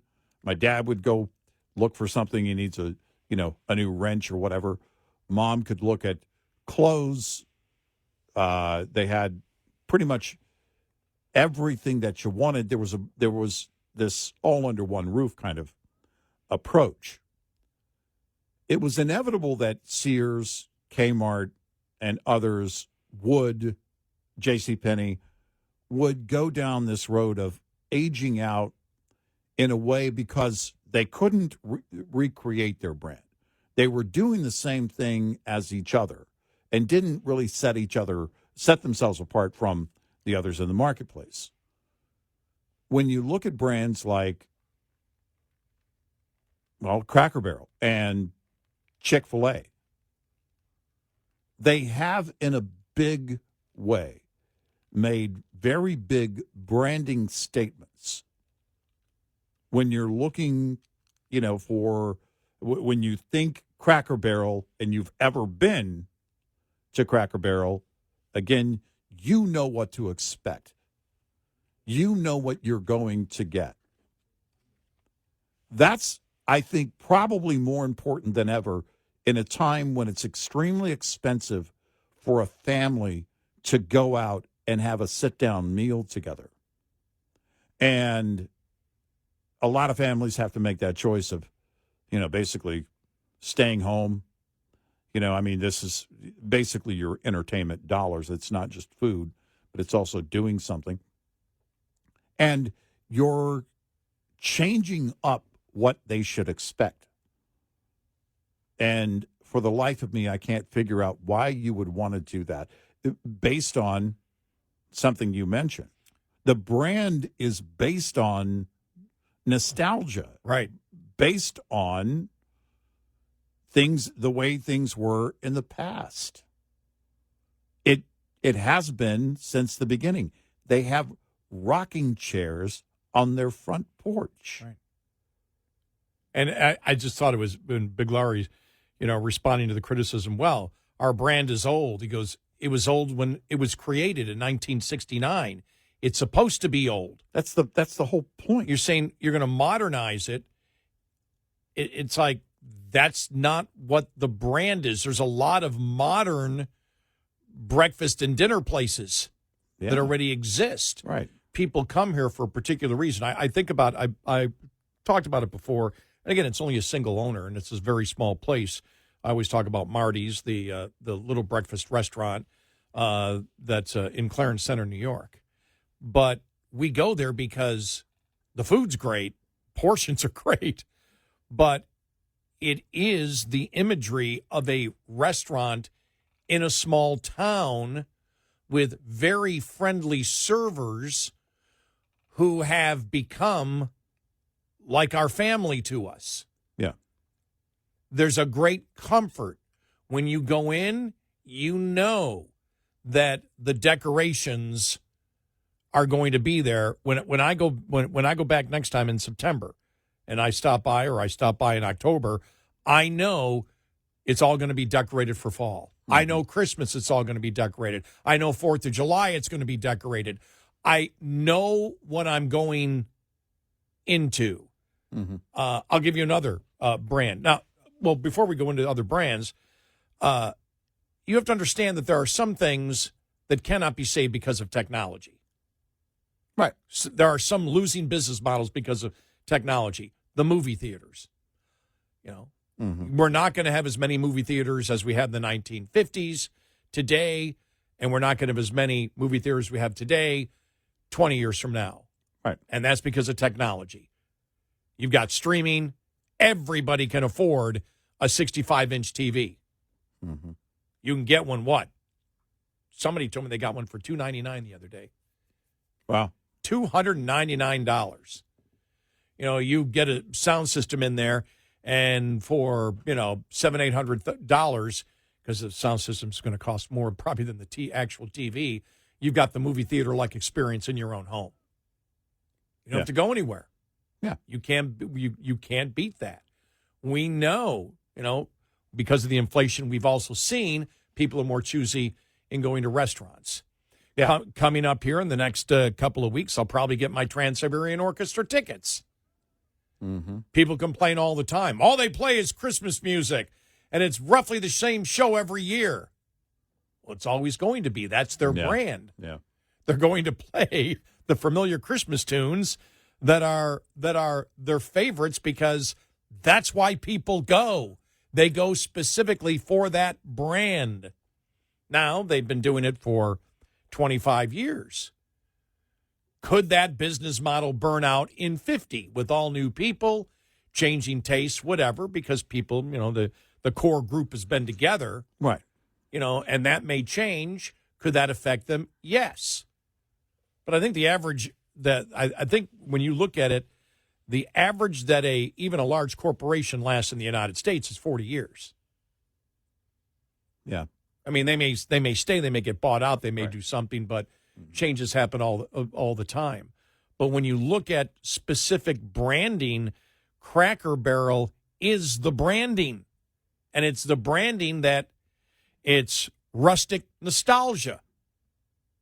Yeah. And to not understand that and to show you how screwed up it can get, you can get these people who they're paying millions of dollars that are completely clueless. When I was young, I thought politicians, these people are, man, I may disagree with them, but they're the top of the heap. They're the top of the heap, all right, but we won't tell you what the heap is made of. It's a steaming pile. Right. And so you learn, especially as you get older, you say, you got to prove it to me every day. You've got to make sense to me. I'm just not going to go along with what you say. You better be able to back it up. And if I'm invested with you and I've been making money with you, or I'm going to go into business with you, you better have a consistent pattern of success. You talked about the fact that, when it came to being an entrepreneur, you just, except for your wife now, you don't want to invest. You and I haven't invested in each other, but we talked about this in our 20th anniversary. I never thought I would be doing this. Right. I never thought that I could trust someone. And when I first came on this show, I didn't know you, and I said, I'll stay a year and get out. And then when I found out, that we had, not only did we have chemistry, but there's a trust that has been built up between us, which is absolute. Right. And I had absolute trust. If you said I can't come in for 2 weeks, no problem. Right. There is no whatever the reason. You don't have to tell me the reason. Right. Nothing. And I know it's vice versa. Also, I have something to tell you during the break, but keep going. What? No way. I'm not going to do the show alone for 2 weeks straight. It'll be fine. Go ahead. Do your damn job, will you, please? Go ahead. It'll be fine. No, but you understand me. But it's built on the consistency over the period of time. Where you're like, no, they're always prepared. Yeah, they're always prepared. Yeah, they're always prepared. Yeah, they're always prepared. But there has to be a consistency of being able to connect the dots. The same thing here. obviously there was no consistency in connecting the dots of how to make money. When you're going to spend $700 million to modernize your brand that was built on rustic nostalgia, you better know what the hell you're doing. And obviously they didn't have a clue. No, they didn't. No. They didn't even realize how valuable their brand was. That's almost like if you and I said, okay, we're changing the brand of Red Eye Radio, and tomorrow we're liberal talk radio or we're country music. Yeah. And we're going to bring everybody along. Right. What, are you out of your freaking mind? It's not going to work. No. Everything there, and there are certain things, for example, that are more intimate to people. Eating, restaurants, if you do a particular radio show or whatever you do, podcast, whatever that people relate to, television show, there's a certain brand that people become comfortable with. If you don't understand that and you go to take a major change and somebody objects and you blow them off, how the hell did you get that job to begin with? Well, and again, it's key in the restaurant business because people don't have to spend their money on restaurant food unless they're traveling and, something like that. Most people don't have to make that choice. So when they make that choice, they want to know what they can expect. And people do venture out, try something new. But the point is, when you're spending money and you're going somewhere and you choose something, quite often you want that experience that service, the food, the selection on the menu, everything to be in place when you get there. It's what you pay for. There's a restaurant, in fact, just down the road from here, from our studios, and it's about 3 miles away from here, and we go there every time. It's slightly higher priced than some of the restaurants in that same. It's a Mexican restaurant. So it's slightly higher priced than some of the chain restaurants, but every single time the food comes out exactly the way we order it. It's good food. And we always say, well, what's worse? Paying for something, paying less for something and not getting what you wanted, but it was good enough because you got to eat, or actually enjoying the entire experience and knowing that when you go there, you're going to get that. That, to me, is worth the extra money. And it's not a lot of extra money. Right. But it's a couple dollars more than what you would pay at other restaurants. And for me, that's everything. The point being, when families decide they're going to go there, and keep in mind, much of your clientele, they're in that older group. Those are people that they don't want to learn new tricks. They don't want to learn new menus. They know what they like. They know what they like, and they want to be able to expect that going in every time. And in this case with Cracker Barrel, the product you're selling is food and atmosphere. And it's working. Yes. It's not like it's not working. The business model is sound. You have to fix what's going on internally and why your internal costs are going up, but your customer base is okay. 866-90-RED-EYE. Get in touch with Red Eye Radio, toll free at 866-90-RED-EYE.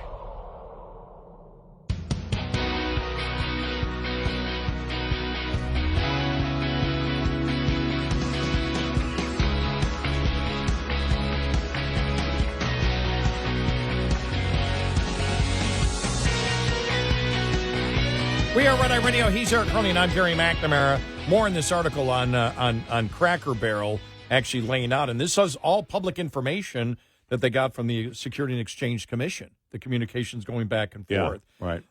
This is the one investor, Mr.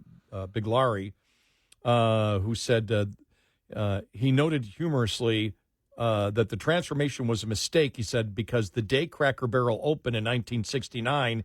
It was already old. Yeah. Its theme derived from the 1920s. I was concerned that not only will the remodel not work, but it could actually damage the brand further. Let me make this position clear. The company's $700 million remodel plan will not work. He viewed that as $700 million in profit that went down the tubes. Yeah. Right. over that period of years. He asked shareholders to vote him and another executive that agreed with him to replace 2 board members. Nope. The shareholders went with the majority of the board and the CEO. And it said, we all know, he says the backlash was swift after they did everything they did last week. Investor Chris Wunder, an executive recruiting company with expertise in the restaurant industry, compared the rebranding to taking a vintage Chevy and installing clown rims and a neon paint job. Wow. Maybe we should let Big Larry and Big Larry Holdings take over. But, yeah, unbelievable because the stupidity. You look at this and you can look at this and say, you can look at the whole Bud Light thing. The Bud Light thing was one marketing manager, for one, marketing effort. Right. This was an entire board of directors and everybody involved in it for over a year and a half. Yeah. How does that even happen? I don't know. And so there are multiple meetings on that. And we asked, didn't somebody stand up? Actually, somebody did. And they were completely rejected. One of the major investors and a person with a great success in investing in American restaurants. Right. And restaurants that had specific and unique brands. Right. They go, what the hell with you? Let's blow almost $1 billion. Wow. To make our business worse. Unreal.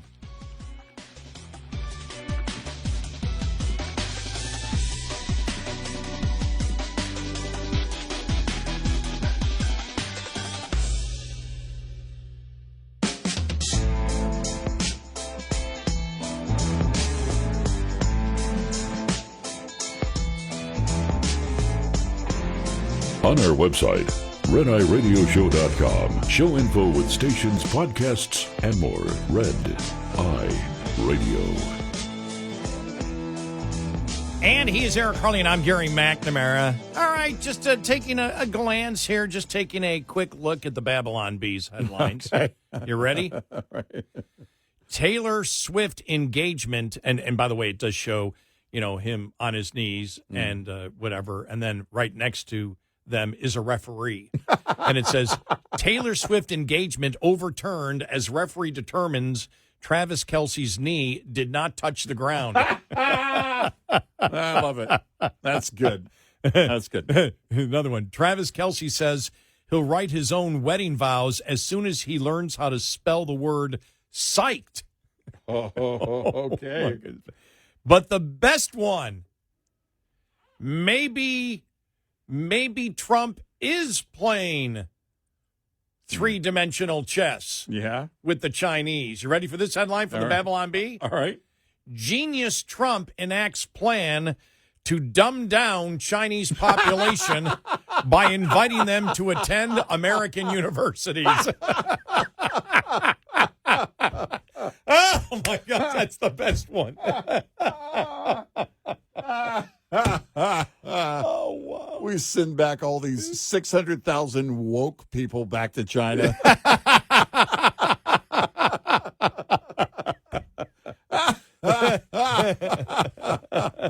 Maybe we should reconsider. Let's reconsider this thing here. That's funny. Wow. All right. So, crime.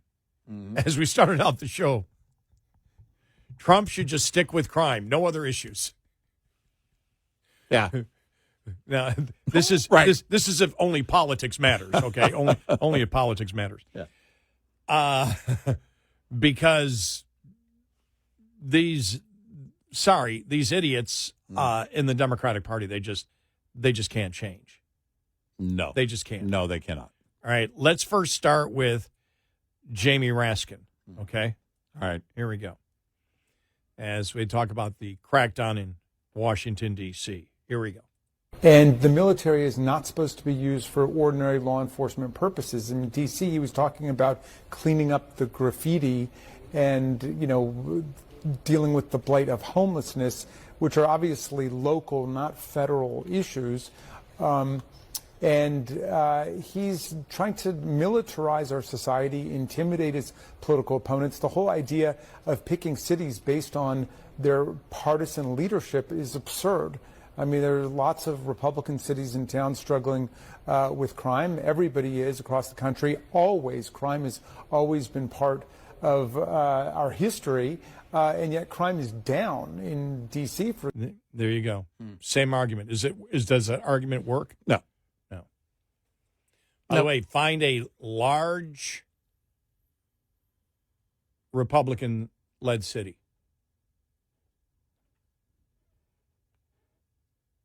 Well, I mean, technically, Dallas has got a Republican mayor, but he's the only Republican. Right. Well, that's because he switched, as we Right. know. Mm-hmm. But where the major crime problems are in major cities, they're all Democrat. Yeah. And as we all know, Washington, D.C. is not like the other cities. No. And as Trump said the other day, well, probably we're not going to Chicago. We never thought he would, or New York. We just, he said that to get a reaction out of them, but that's not going to happen. As we all know, we know that he's totally within the law, completely within the law.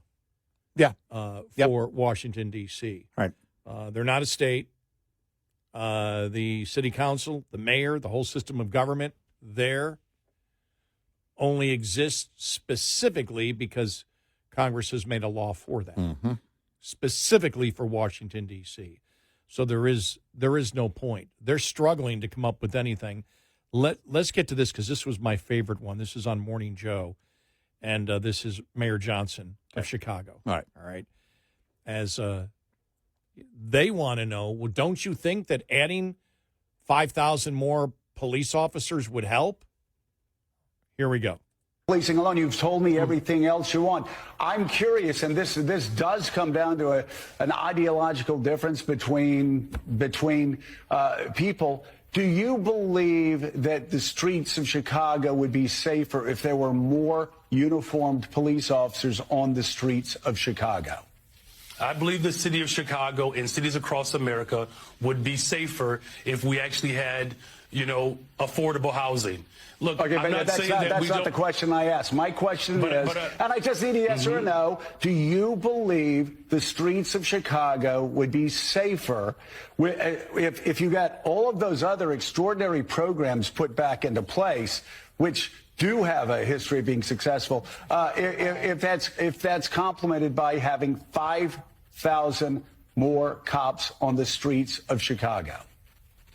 I don't believe that we should narrow it down to just police officers, Joe, is what I'm saying. That is an antiquated approach. I'm saying we've invested in detectives. Mr. Mayor, are you hearing what I'm saying? I'm agreeing with you that all of these other social programs are extraordinarily important. I just need a yes or a no, and then this will be the last time I ask.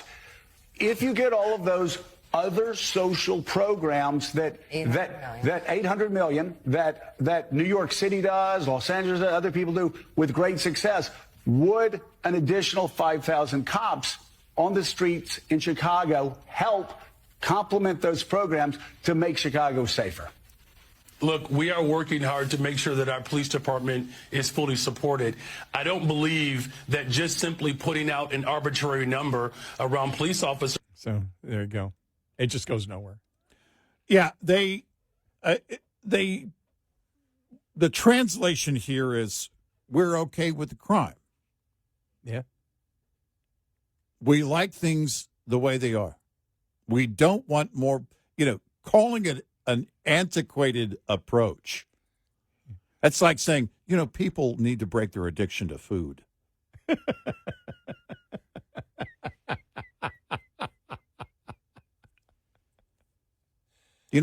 Breathing is so passé. Everybody does it. It's antiquated. And it's the only thing they can say in a setting like that on a set with even Morning Joe, who's not a conservative, who's trying to point out that if you have solid law enforcement, there will be change for the better when it comes to crime in your city. No, we like the crime. More cops isn't the answer. Because we want to defund the police. Well, he was talking about social workers being there instead of police Yeah, later on of in course. the conversation. Yeah, did all that stuff, and it's just nothing, like, wow. Nothing is serious to them. No, it isn't. Well, as I've said, if one thing that is proven by what Trump did is that if there's a crime problem and you wish to alleviate it, you have the resources to do it, and Trump is actually offering these cities the help to reduce crime. Yeah. Right. Can he go in without their permission because the crime is higher? Is it insurrection level? No. Right. They wish to have, I believe, Democrats wish to have crime in the cities. They clearly do. I don't believe that they care about people in the cities. And I think that by Trump doing this, he shows the entire United States, just like the border, we have the resources to do it. If you want the help, we can help you with the crime. And I will do it during my entire term. Yeah. If you wish to have us in there, if you say it's an emergency and you and the governor want the federal resources to do it, we will be there to do it. And if you don't wish to do it and the crime remains up there, we've shown you the model of D.C. We've shown you what we've done. Has there still been a murder yet, or are we up to like almost 2 weeks? I didn't hear. I didn't see one reported. I didn't see one reported yesterday. And the carjackings, almost none. Right. And so you have the ability to do it. You get the people off the street. You saw what he talked about murder in Washington. Mm-hmm. We're under federal. This is federal law now. You commit a murder there, it's under federal law. Right. Death penalty. Right. And so he's saying we're going to protect. And the most bizarre thing was he's in there to protect a city that has a huge black and minority population. And he's called a racist for it. Yep. I mean, it's the most bizarre. Average people look at this and go, what the hell are they talking about? And so you see, and in Chicago, it's funny because what's the mayor polling there, like 16%? They keep putting in mayors that they completely reject that all have this exact same philosophy. At one point, he was below 10. Was he below 10? Yeah. I'll check his approval numbers. Yeah, we were laughing Lori about Lightfoot how was horrible. Oh yeah. But she believes the exact same thing that Mayor Johnson does. There is no difference. Right. And by the way, we get back to the entire thing where I said we assume that people in power have some intelligence whatsoever, just like those that run major corporations must have, because of their position, they have that title, that there must be some type of great infusion of brain power. We now know that's completely false. Yes, it is. And in this case, you've got absolute idiots. Well, and it really, honestly, it is this is part of their agenda. Keep the crime going. Okay, I don't have like the latest number from this month, but it said on October 29, 2024, Johnson was polled to have a 14% approval rating and a net favorability rating of minus 56. A February, wow. That was high. Yeah. A February 2025 poll by M3 Strategies showed Johnson with a 6.6 approval rating. Yeah, we talked about it. 80% disapproval rating. Yeah, right. That's right. I remember that now. Yeah.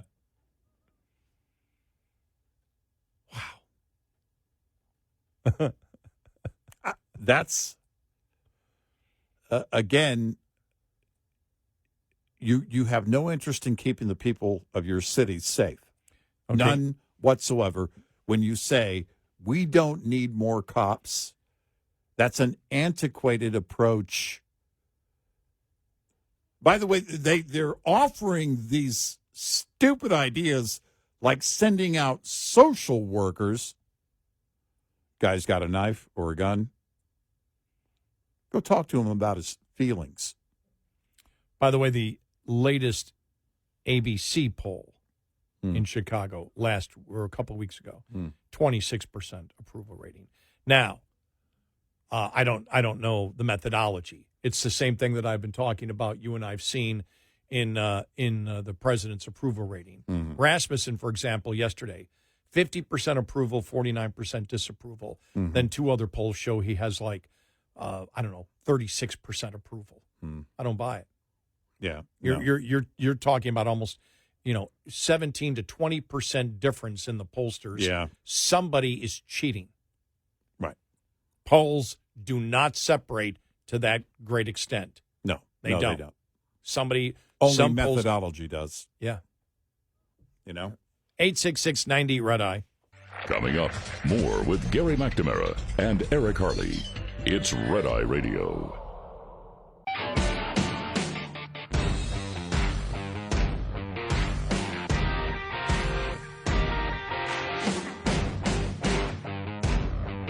It's Red Eye Radio. He's Eric Harley, and I'm Gary McNamara. So after Mayor Johnson of Chicago was on MSNBC and Morning Joe, here's the panel discussion. Here we go. Yeah, as the mayor rightly said, it's a holistic approach, which means understanding that homelessness is a mental health crisis. For most of those people, it's about mental illness. That's all true. But what's also true is if you are the victim of a crime, you don't really want to see a social worker in that moment. You want to see a cop who's coming to help you out, and then the social worker can come in and address whatever the problem is with the suspect. Or they talk about it like in a serious way. Wow. Well, maybe the social worker is something that we should consider. What we're looking for is a holistic approach. As we did in 2020, and more of a holistic approach. You know what I think of? I think of when George needed to get his tonsils taken out on Seinfeld, and they went to that whack job who had the holistic. I have an entire holistic approach to taking out your tonsils, or whatever. Incense and smoke and all this stuff. Yeah. Oh my gosh. Well, it's just hilarious. They don't want to get serious about the problem because the problem requires a very direct approach, and it's a proven approach with law enforcement. It's not always perfect, but it is proven.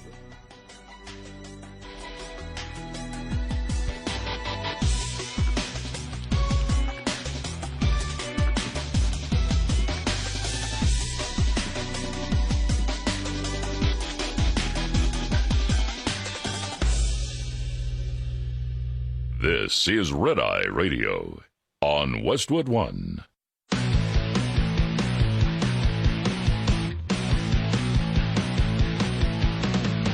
Now, it's Red Eye Radio. Gary McNamara and Eric Harley talk about everything from politics to social issues and news of the day. Whether you're up late or you're just starting your day, welcome to the show. From the Uniden America Studios, this is Red Eye Radio. All across America, we are Red Eye Radio. He's Eric Harley, and I'm Gary McNamara. Good morning. Welcome. Thanks for being here. Thank you. Some interesting legal things to talk about. The whole story of the president attempting to fire one of the Fed chairs. It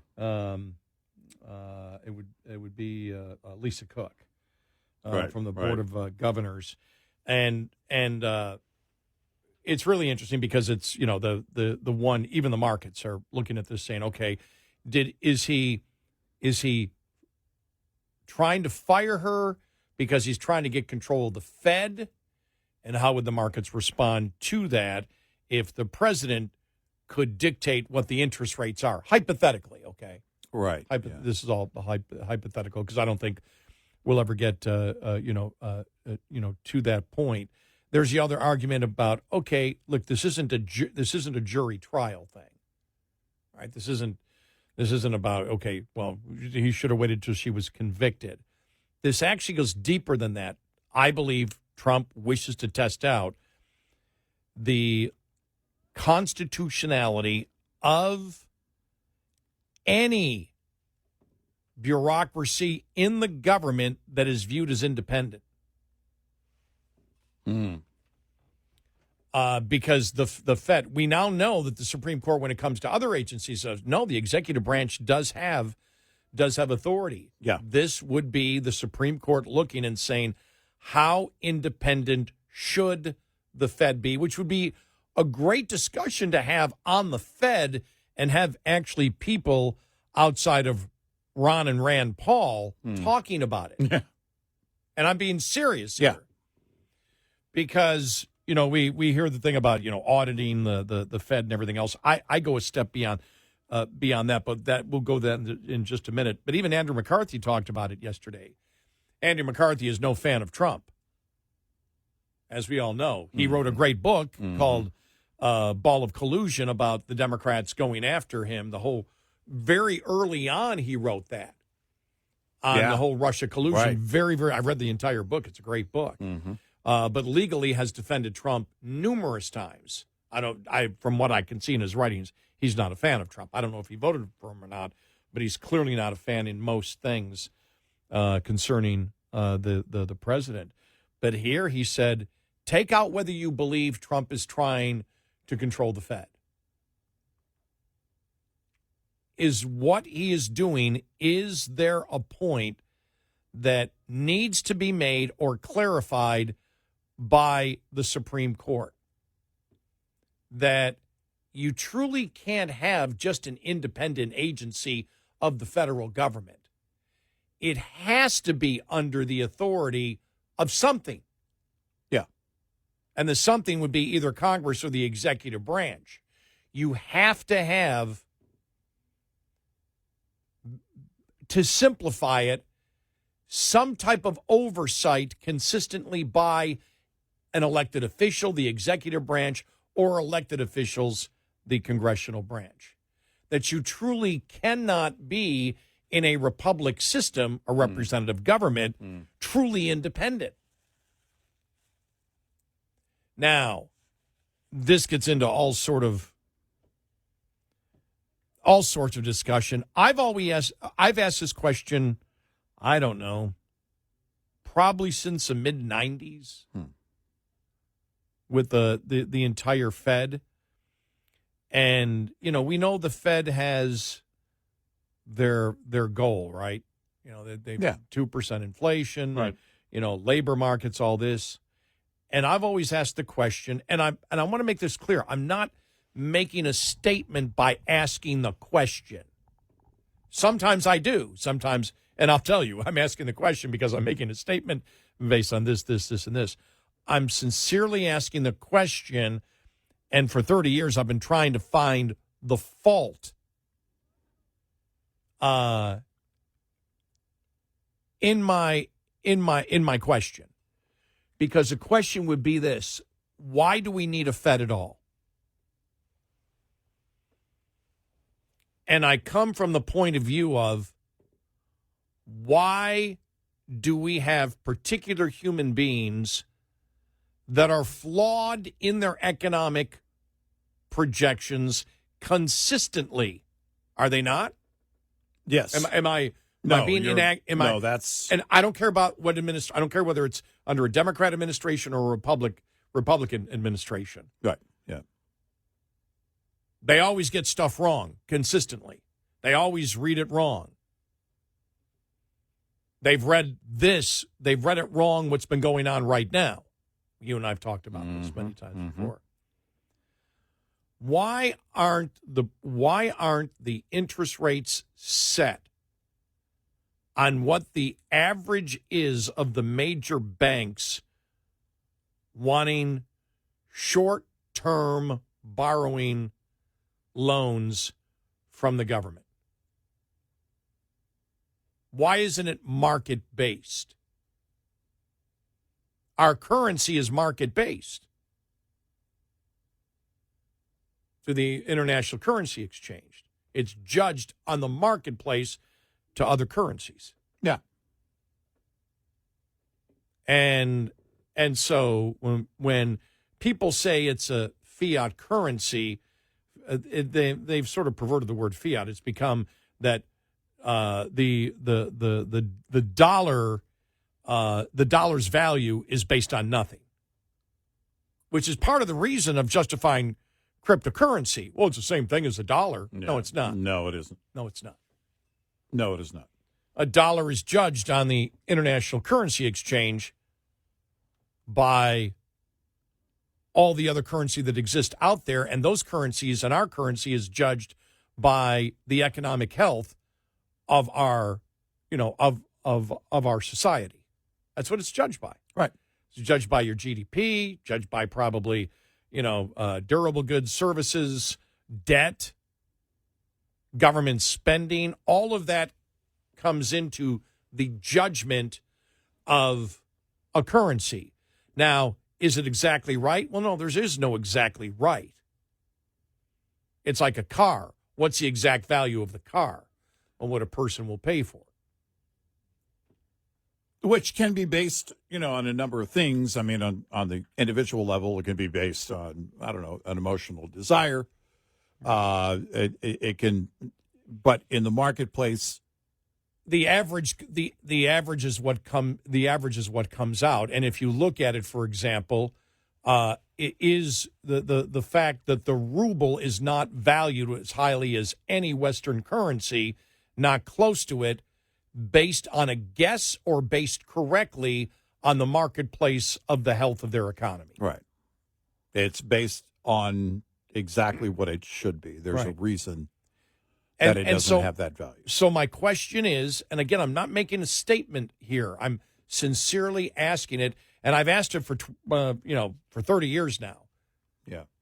And I've never seen anyone, when they say get rid of the Fed, I've never seen when somebody explain. I've read every article I possibly can. Okay, if you get rid of the Fed, what do you replace it with? What do you do?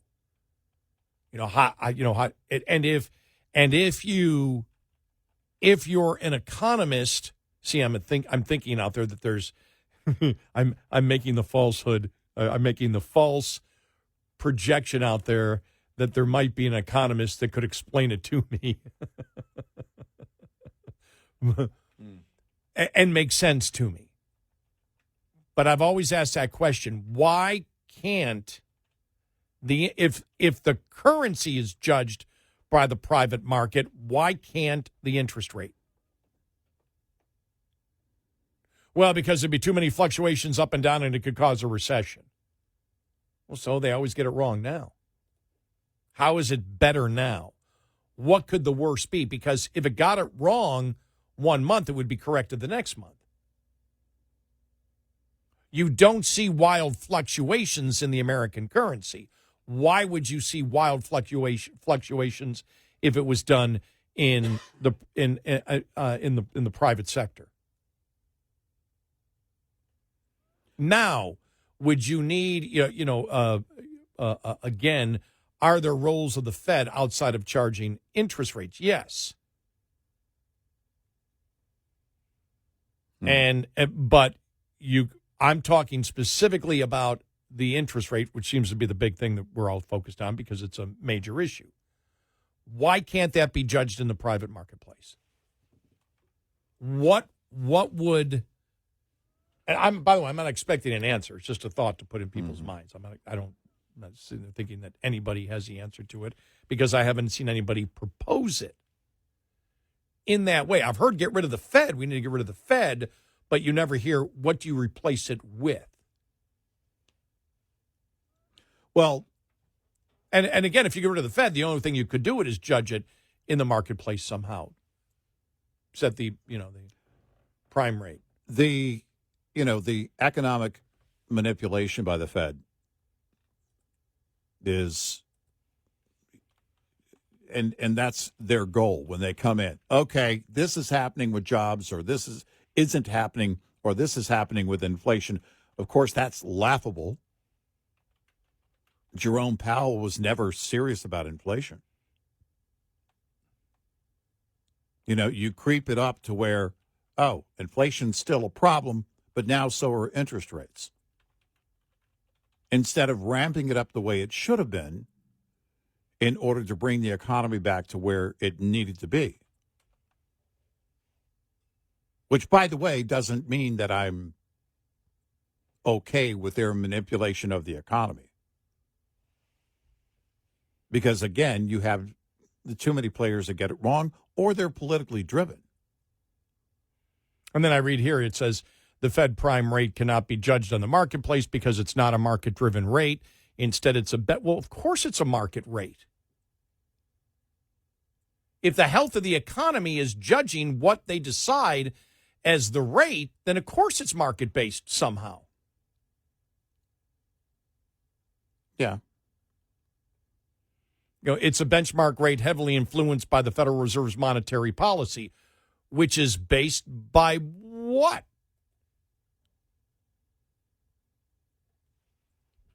Well, when we talk about, for example, when they say, but the Fed can't be political, there's no way interest rates should have been as low as they were. The average interest rate from the time that I was born until really the mortgage crash of 2007, you could get in a passbook, you could get what? You could get 4 or 5% sometimes. I remember I had a online savings account in 2006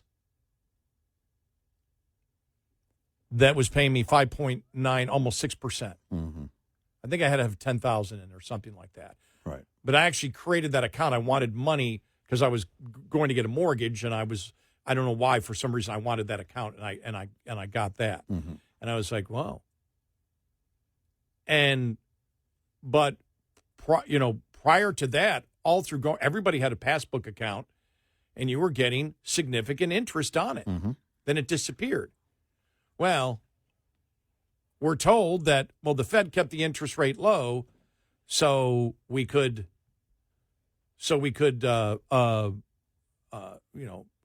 handle the debt that we have. Well, that's a political decision.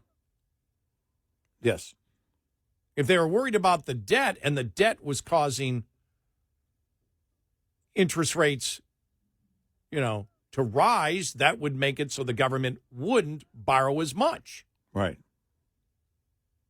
So when they say it's not market-driven, I'm like, well, of course it's got to be market-driven. Maybe not primary, but secondary, it's market-driven. You're saying it's a benchmark rate heavily influenced by the Federal Reserve's monetary policy, which is based on what? But, when they printed money to buy our own debt, when they kept interest rates artificially low, how isn't that political? Oh, it is. So it's political. Everything with Jerome Powell during his entire tenure has been. But you can go back years.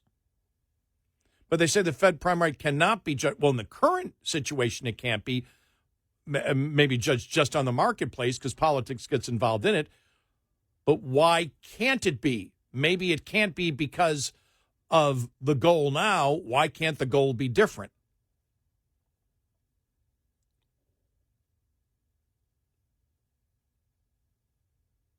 It says the Fed influences rates but doesn't set it. The prime rate's the average derived from a survey of the nation's largest banks and is most influenced by the Fed's target for the federal funds rate. Well, the Fed's target is a target rate that you wish to have. It's an artificial rate that you set.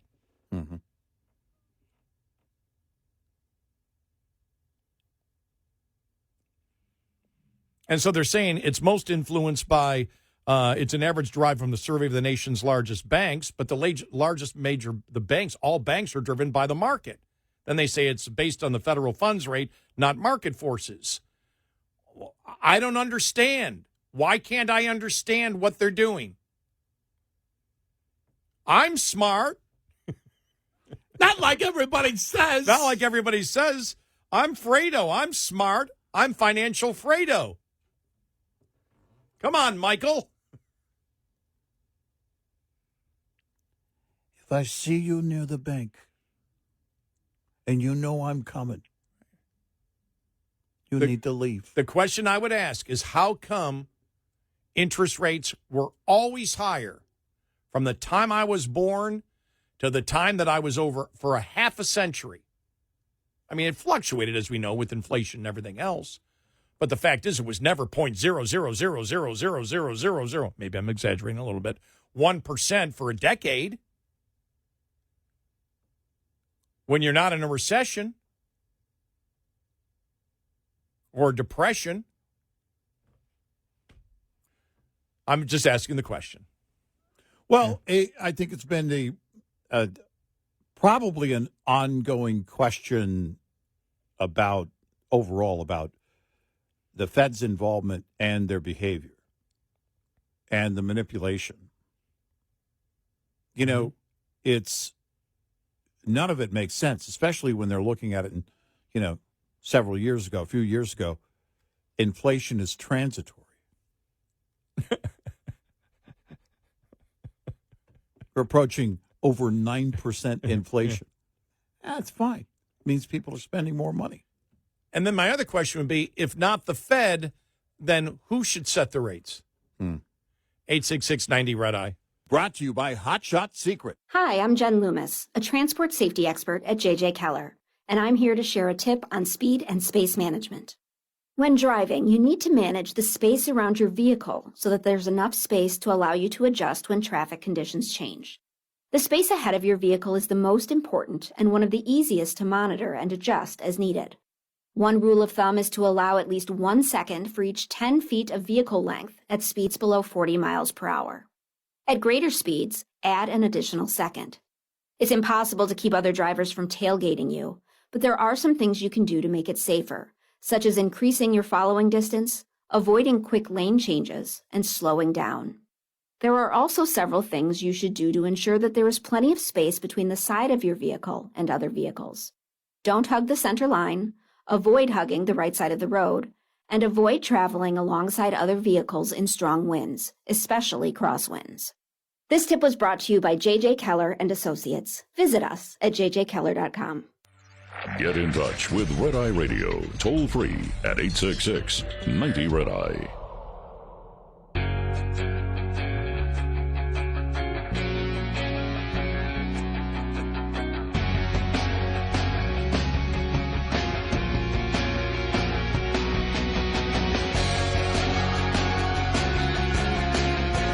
We're Red Eye Radio. He's Eric Carly, and I'm Gary McNamara. Coming up here in just a little bit, MAGA responds more to Trump and the 600,000 Chinese students that he says he wants coming into the United States.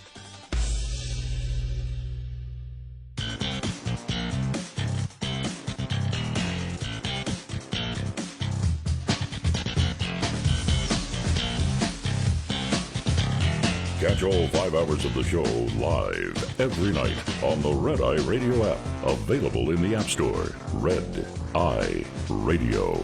And he's Eric Harley, and I'm Gary McNamara. Good morning. All right, a district judge on Tuesday rejected Milwaukee County Judge Hannah Dugan's request to dismiss allegations that she helped an illegal immigrant evade federal authorities earlier this year. Dugan was arrested in April after allegedly helping a illegal immigrant avoid plainclothes Immigration and Customs Enforcement agents who were trying to serve him a warrant. Her attorneys argued that she is entitled to judicial immunity. What did we say at the time? For her official acts. We had said, because remember all the different camera angles? Yeah. It's like, you're in a courthouse. Right. Don't you know that cameras exist everywhere? I mean, they exist everywhere outside of a courthouse, but in a courthouse, they're in every nook and cranny. Right. You should know that about your own courthouse. Right.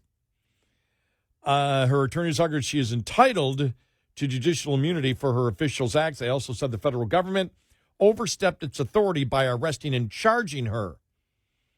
The defense team also claims the charges violate the U.S. Constitution's 10th Amendment and the principle of the separation of powers. No, they don't. Good God.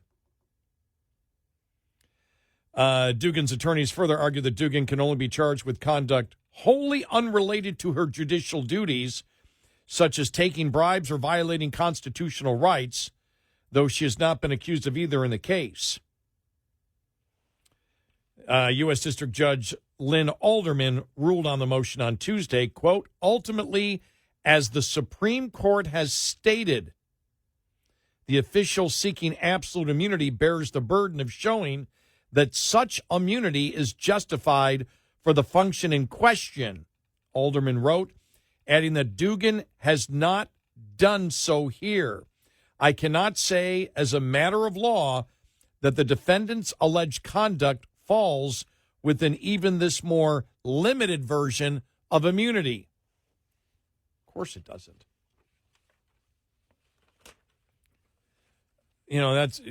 That's like saying that if somebody comes before your court and you help them steal something in your own courtroom, that's because it's tied to your judicial duties because they're in your courtroom, right? Then you have immunity. Right. You're above the law as long as you do it in your courtroom. Yep. That's garbage.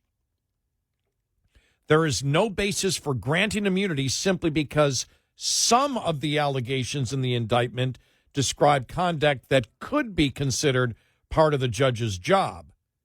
Well, what you're taking is the thing that are not part of the judge's job, which is knowing that federal authorities are there and escorting the person out the back door to avoid obstruction of justice.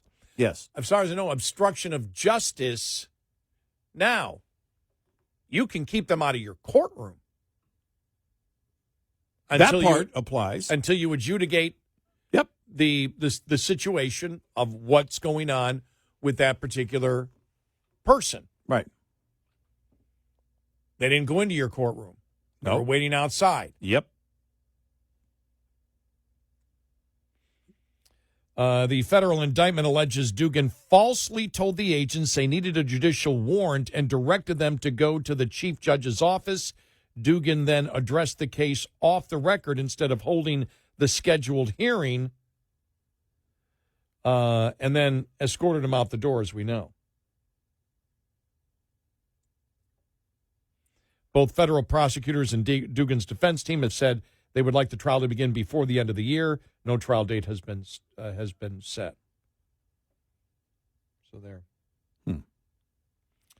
The suspect faces 3 misdemeanor battery charges, and despite Dugan's efforts, he was arrested. Oh, my God. I mean, when you look at the camera stuff, is just... It was very clear. I can't imagine being so delusional that I forget that cameras are here. Unless, again, you feel like it doesn't apply to you. I have wanted to pickpocket you in the hallway, but there's a damn camera right there, right outside of our studio. Right. Look, I wanted to hit you in the head a few times. If you want an old mint and a toothpick, I'll give it to you. That's all I got in my pockets. You can have it. An old mint. Oh. Yeah. The good thing is it's not wrapped. But that's, again, the arrogance.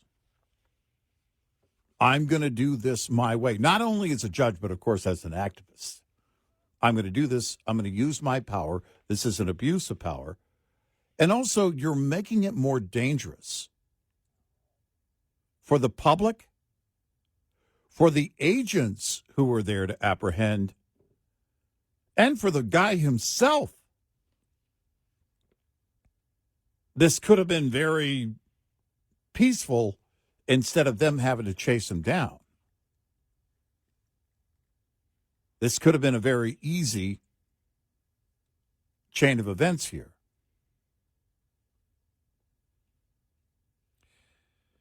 In other news, I'm reading this here. This is really interesting. Breitbart had this. Hollywood Democrats are MIA as their party goes down in flames. They point to the lack of Democrat fundraisers, for instance. Those high-dollar parties should be a regular occurrence after an off year election spring and summer, in which the candidates are finally being fielded for races needing funding for a litany of campaign operations. They just aren't happening. It's not as if high-stakes political machines aren't humming in Hollywood. The California governor's race has been in full swing for months, with major opinion swaying polls dropping almost daily. One Hollywood titan making massive political waves, Arnold Schwarzenegger, who's challenging current California Governor Gavin Newsom's plan to redraw the congressional map. The Terminator star called Newsom's plan evil. Newsom fired back this week by touting the endorsement of Schwarzenegger's twins co-star, Danny DeVito. All right, I just want to say I love Danny DeVito, but I don't know why he would do this. Why would you endorse Newsom? He's clearly wrong for the redistricting. No offense, but DeVito's backing Newsom's plan is a drop compared to what should be a tsunami of celebrity opposition to President Donald Trump and his Republican Party's political agenda. Well, but you know, Danny DeVito. The kids love Danny DeVito. The Hollywood Democrat pushback is just non-existent, as veteran entertainment journalist Richard Rushfeld wrote in a column. I've been talking to people across the industry, people who are year in and year out generally interested and active in progressive leading causes and Democratic campaigns, the people meeting candidates, attending events, and raising money. What I've been asking is whether there might be lots of planning and organizing going on beneath the surface that I'm missing, and they are, to a person, dismayed and horrified by how, at this moment, Hollywood seems to be sitting out the entire thing. The ones I spoke with also all declined to be identified. Is this part of, wow. Is this all part of like the Axios story? That's exactly what I'm thinking. I still think that's one of the biggest political stories of the year because it is about the Democratic Party and where they're going to go. Yeah. When you had that Axios story saying you had 8 out of 9 Democrat members of Congress that were afraid to go on the record about where their party is going and the threats that they're getting from their constituents, they would not. They wanted you to know that they're scared of the people that vote Democrat to the point where these Democrat members of Congress will not even give their only reason they exist is for public policy, right? And they don't wish to talk public policy or the situation in their party because they're afraid of what? If you're not going to give your name and you're a politician, it's either a top secret thing that you're leaking or you're afraid of being physically harmed by the people that put you in office. Bingo. Amazing. And the Hollywood types, think about where they make their money, or in these days, in the current situation, where they're not making money. What's going on right now with Hollywood? Hollywood is realizing not that they're not woke, not that they don't believe in it, but they understand, too, that it's a broken business model. You can't do that anymore. The days of going woke and making a woke movie or series or whatever isn't going to. You're not going to get, especially with the mergers that are going on right now. You're not going to get. I mean, I think the Colbert thing is one of these indicators that Hollywood's looking at it going, the numbers aren't there. We can't keep bleeding cash. We'll be gone. And your box office, if you're an actor, is set by the last thing that you did, whatever it was. And sometimes you can have a comeback and sometimes not. Or exactly what you're talking about here. They also know that if I don't go woke enough, and there is no version of woke enough for the ultra woke, then they're going to come after me. If as far liberal left as I am, if I don't do this, they're going to come after me. So who are you going to invest your money in? Where are you going to put your money as a donor? Here's an example. The Jasmine Crockett's and, the loudest part of the DNC, which is the radical left. They don't want Nancy anymore.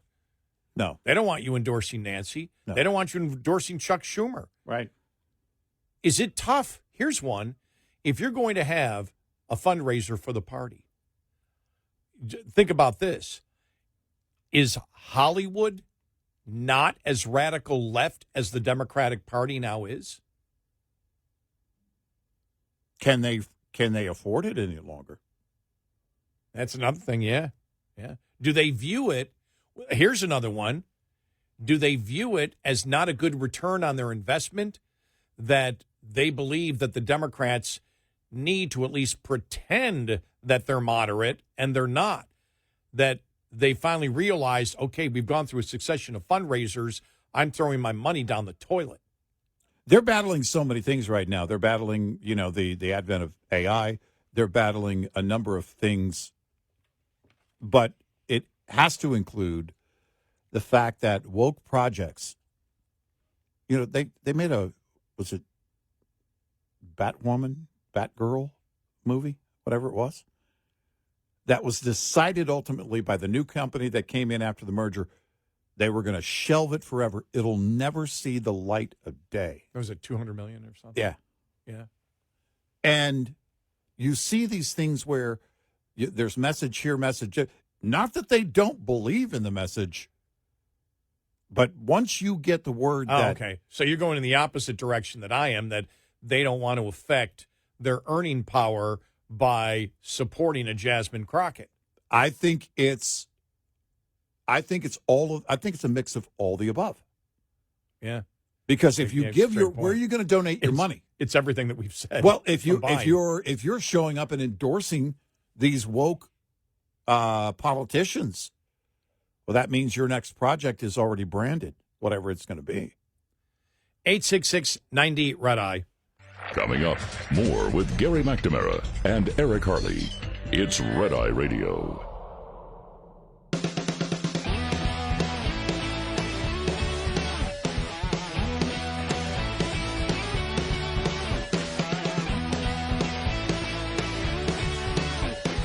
We are Red Eye Radio. He's Eric Harley, and I'm Gary McNamara. Download our Red Eye Radio app today. Our show ends in an hour, and that means it becomes our podcast then. So if you've missed portions of the show that you wish to hear, then download our Red Eye Radio app today, and you can listen when and where you choose. And also, if for some reason you cannot listen to one of our great radio stations that carry us, and we love all of our affiliates, thank you so much. And that's the preferred way that we want you to listen to overnight. Mm-hmm. But if you can't for some reason, we stream all 5 hours live on our Red Eye Radio app. Maybe one of the reasons, Eric, that Hollywood isn't doing the fundraisers is because they're doing fundraisers maybe for Canadian politicians, as you've got Americans that are moving north to Canada seeking refugee status. Oh. What are the numbers? How many people are actually doing it? We'll have the latest story on the left cowardly leaving the United States. As you and I've said, nothing could get me to leave. No, I'm not Nothing going could. anywhere. No way.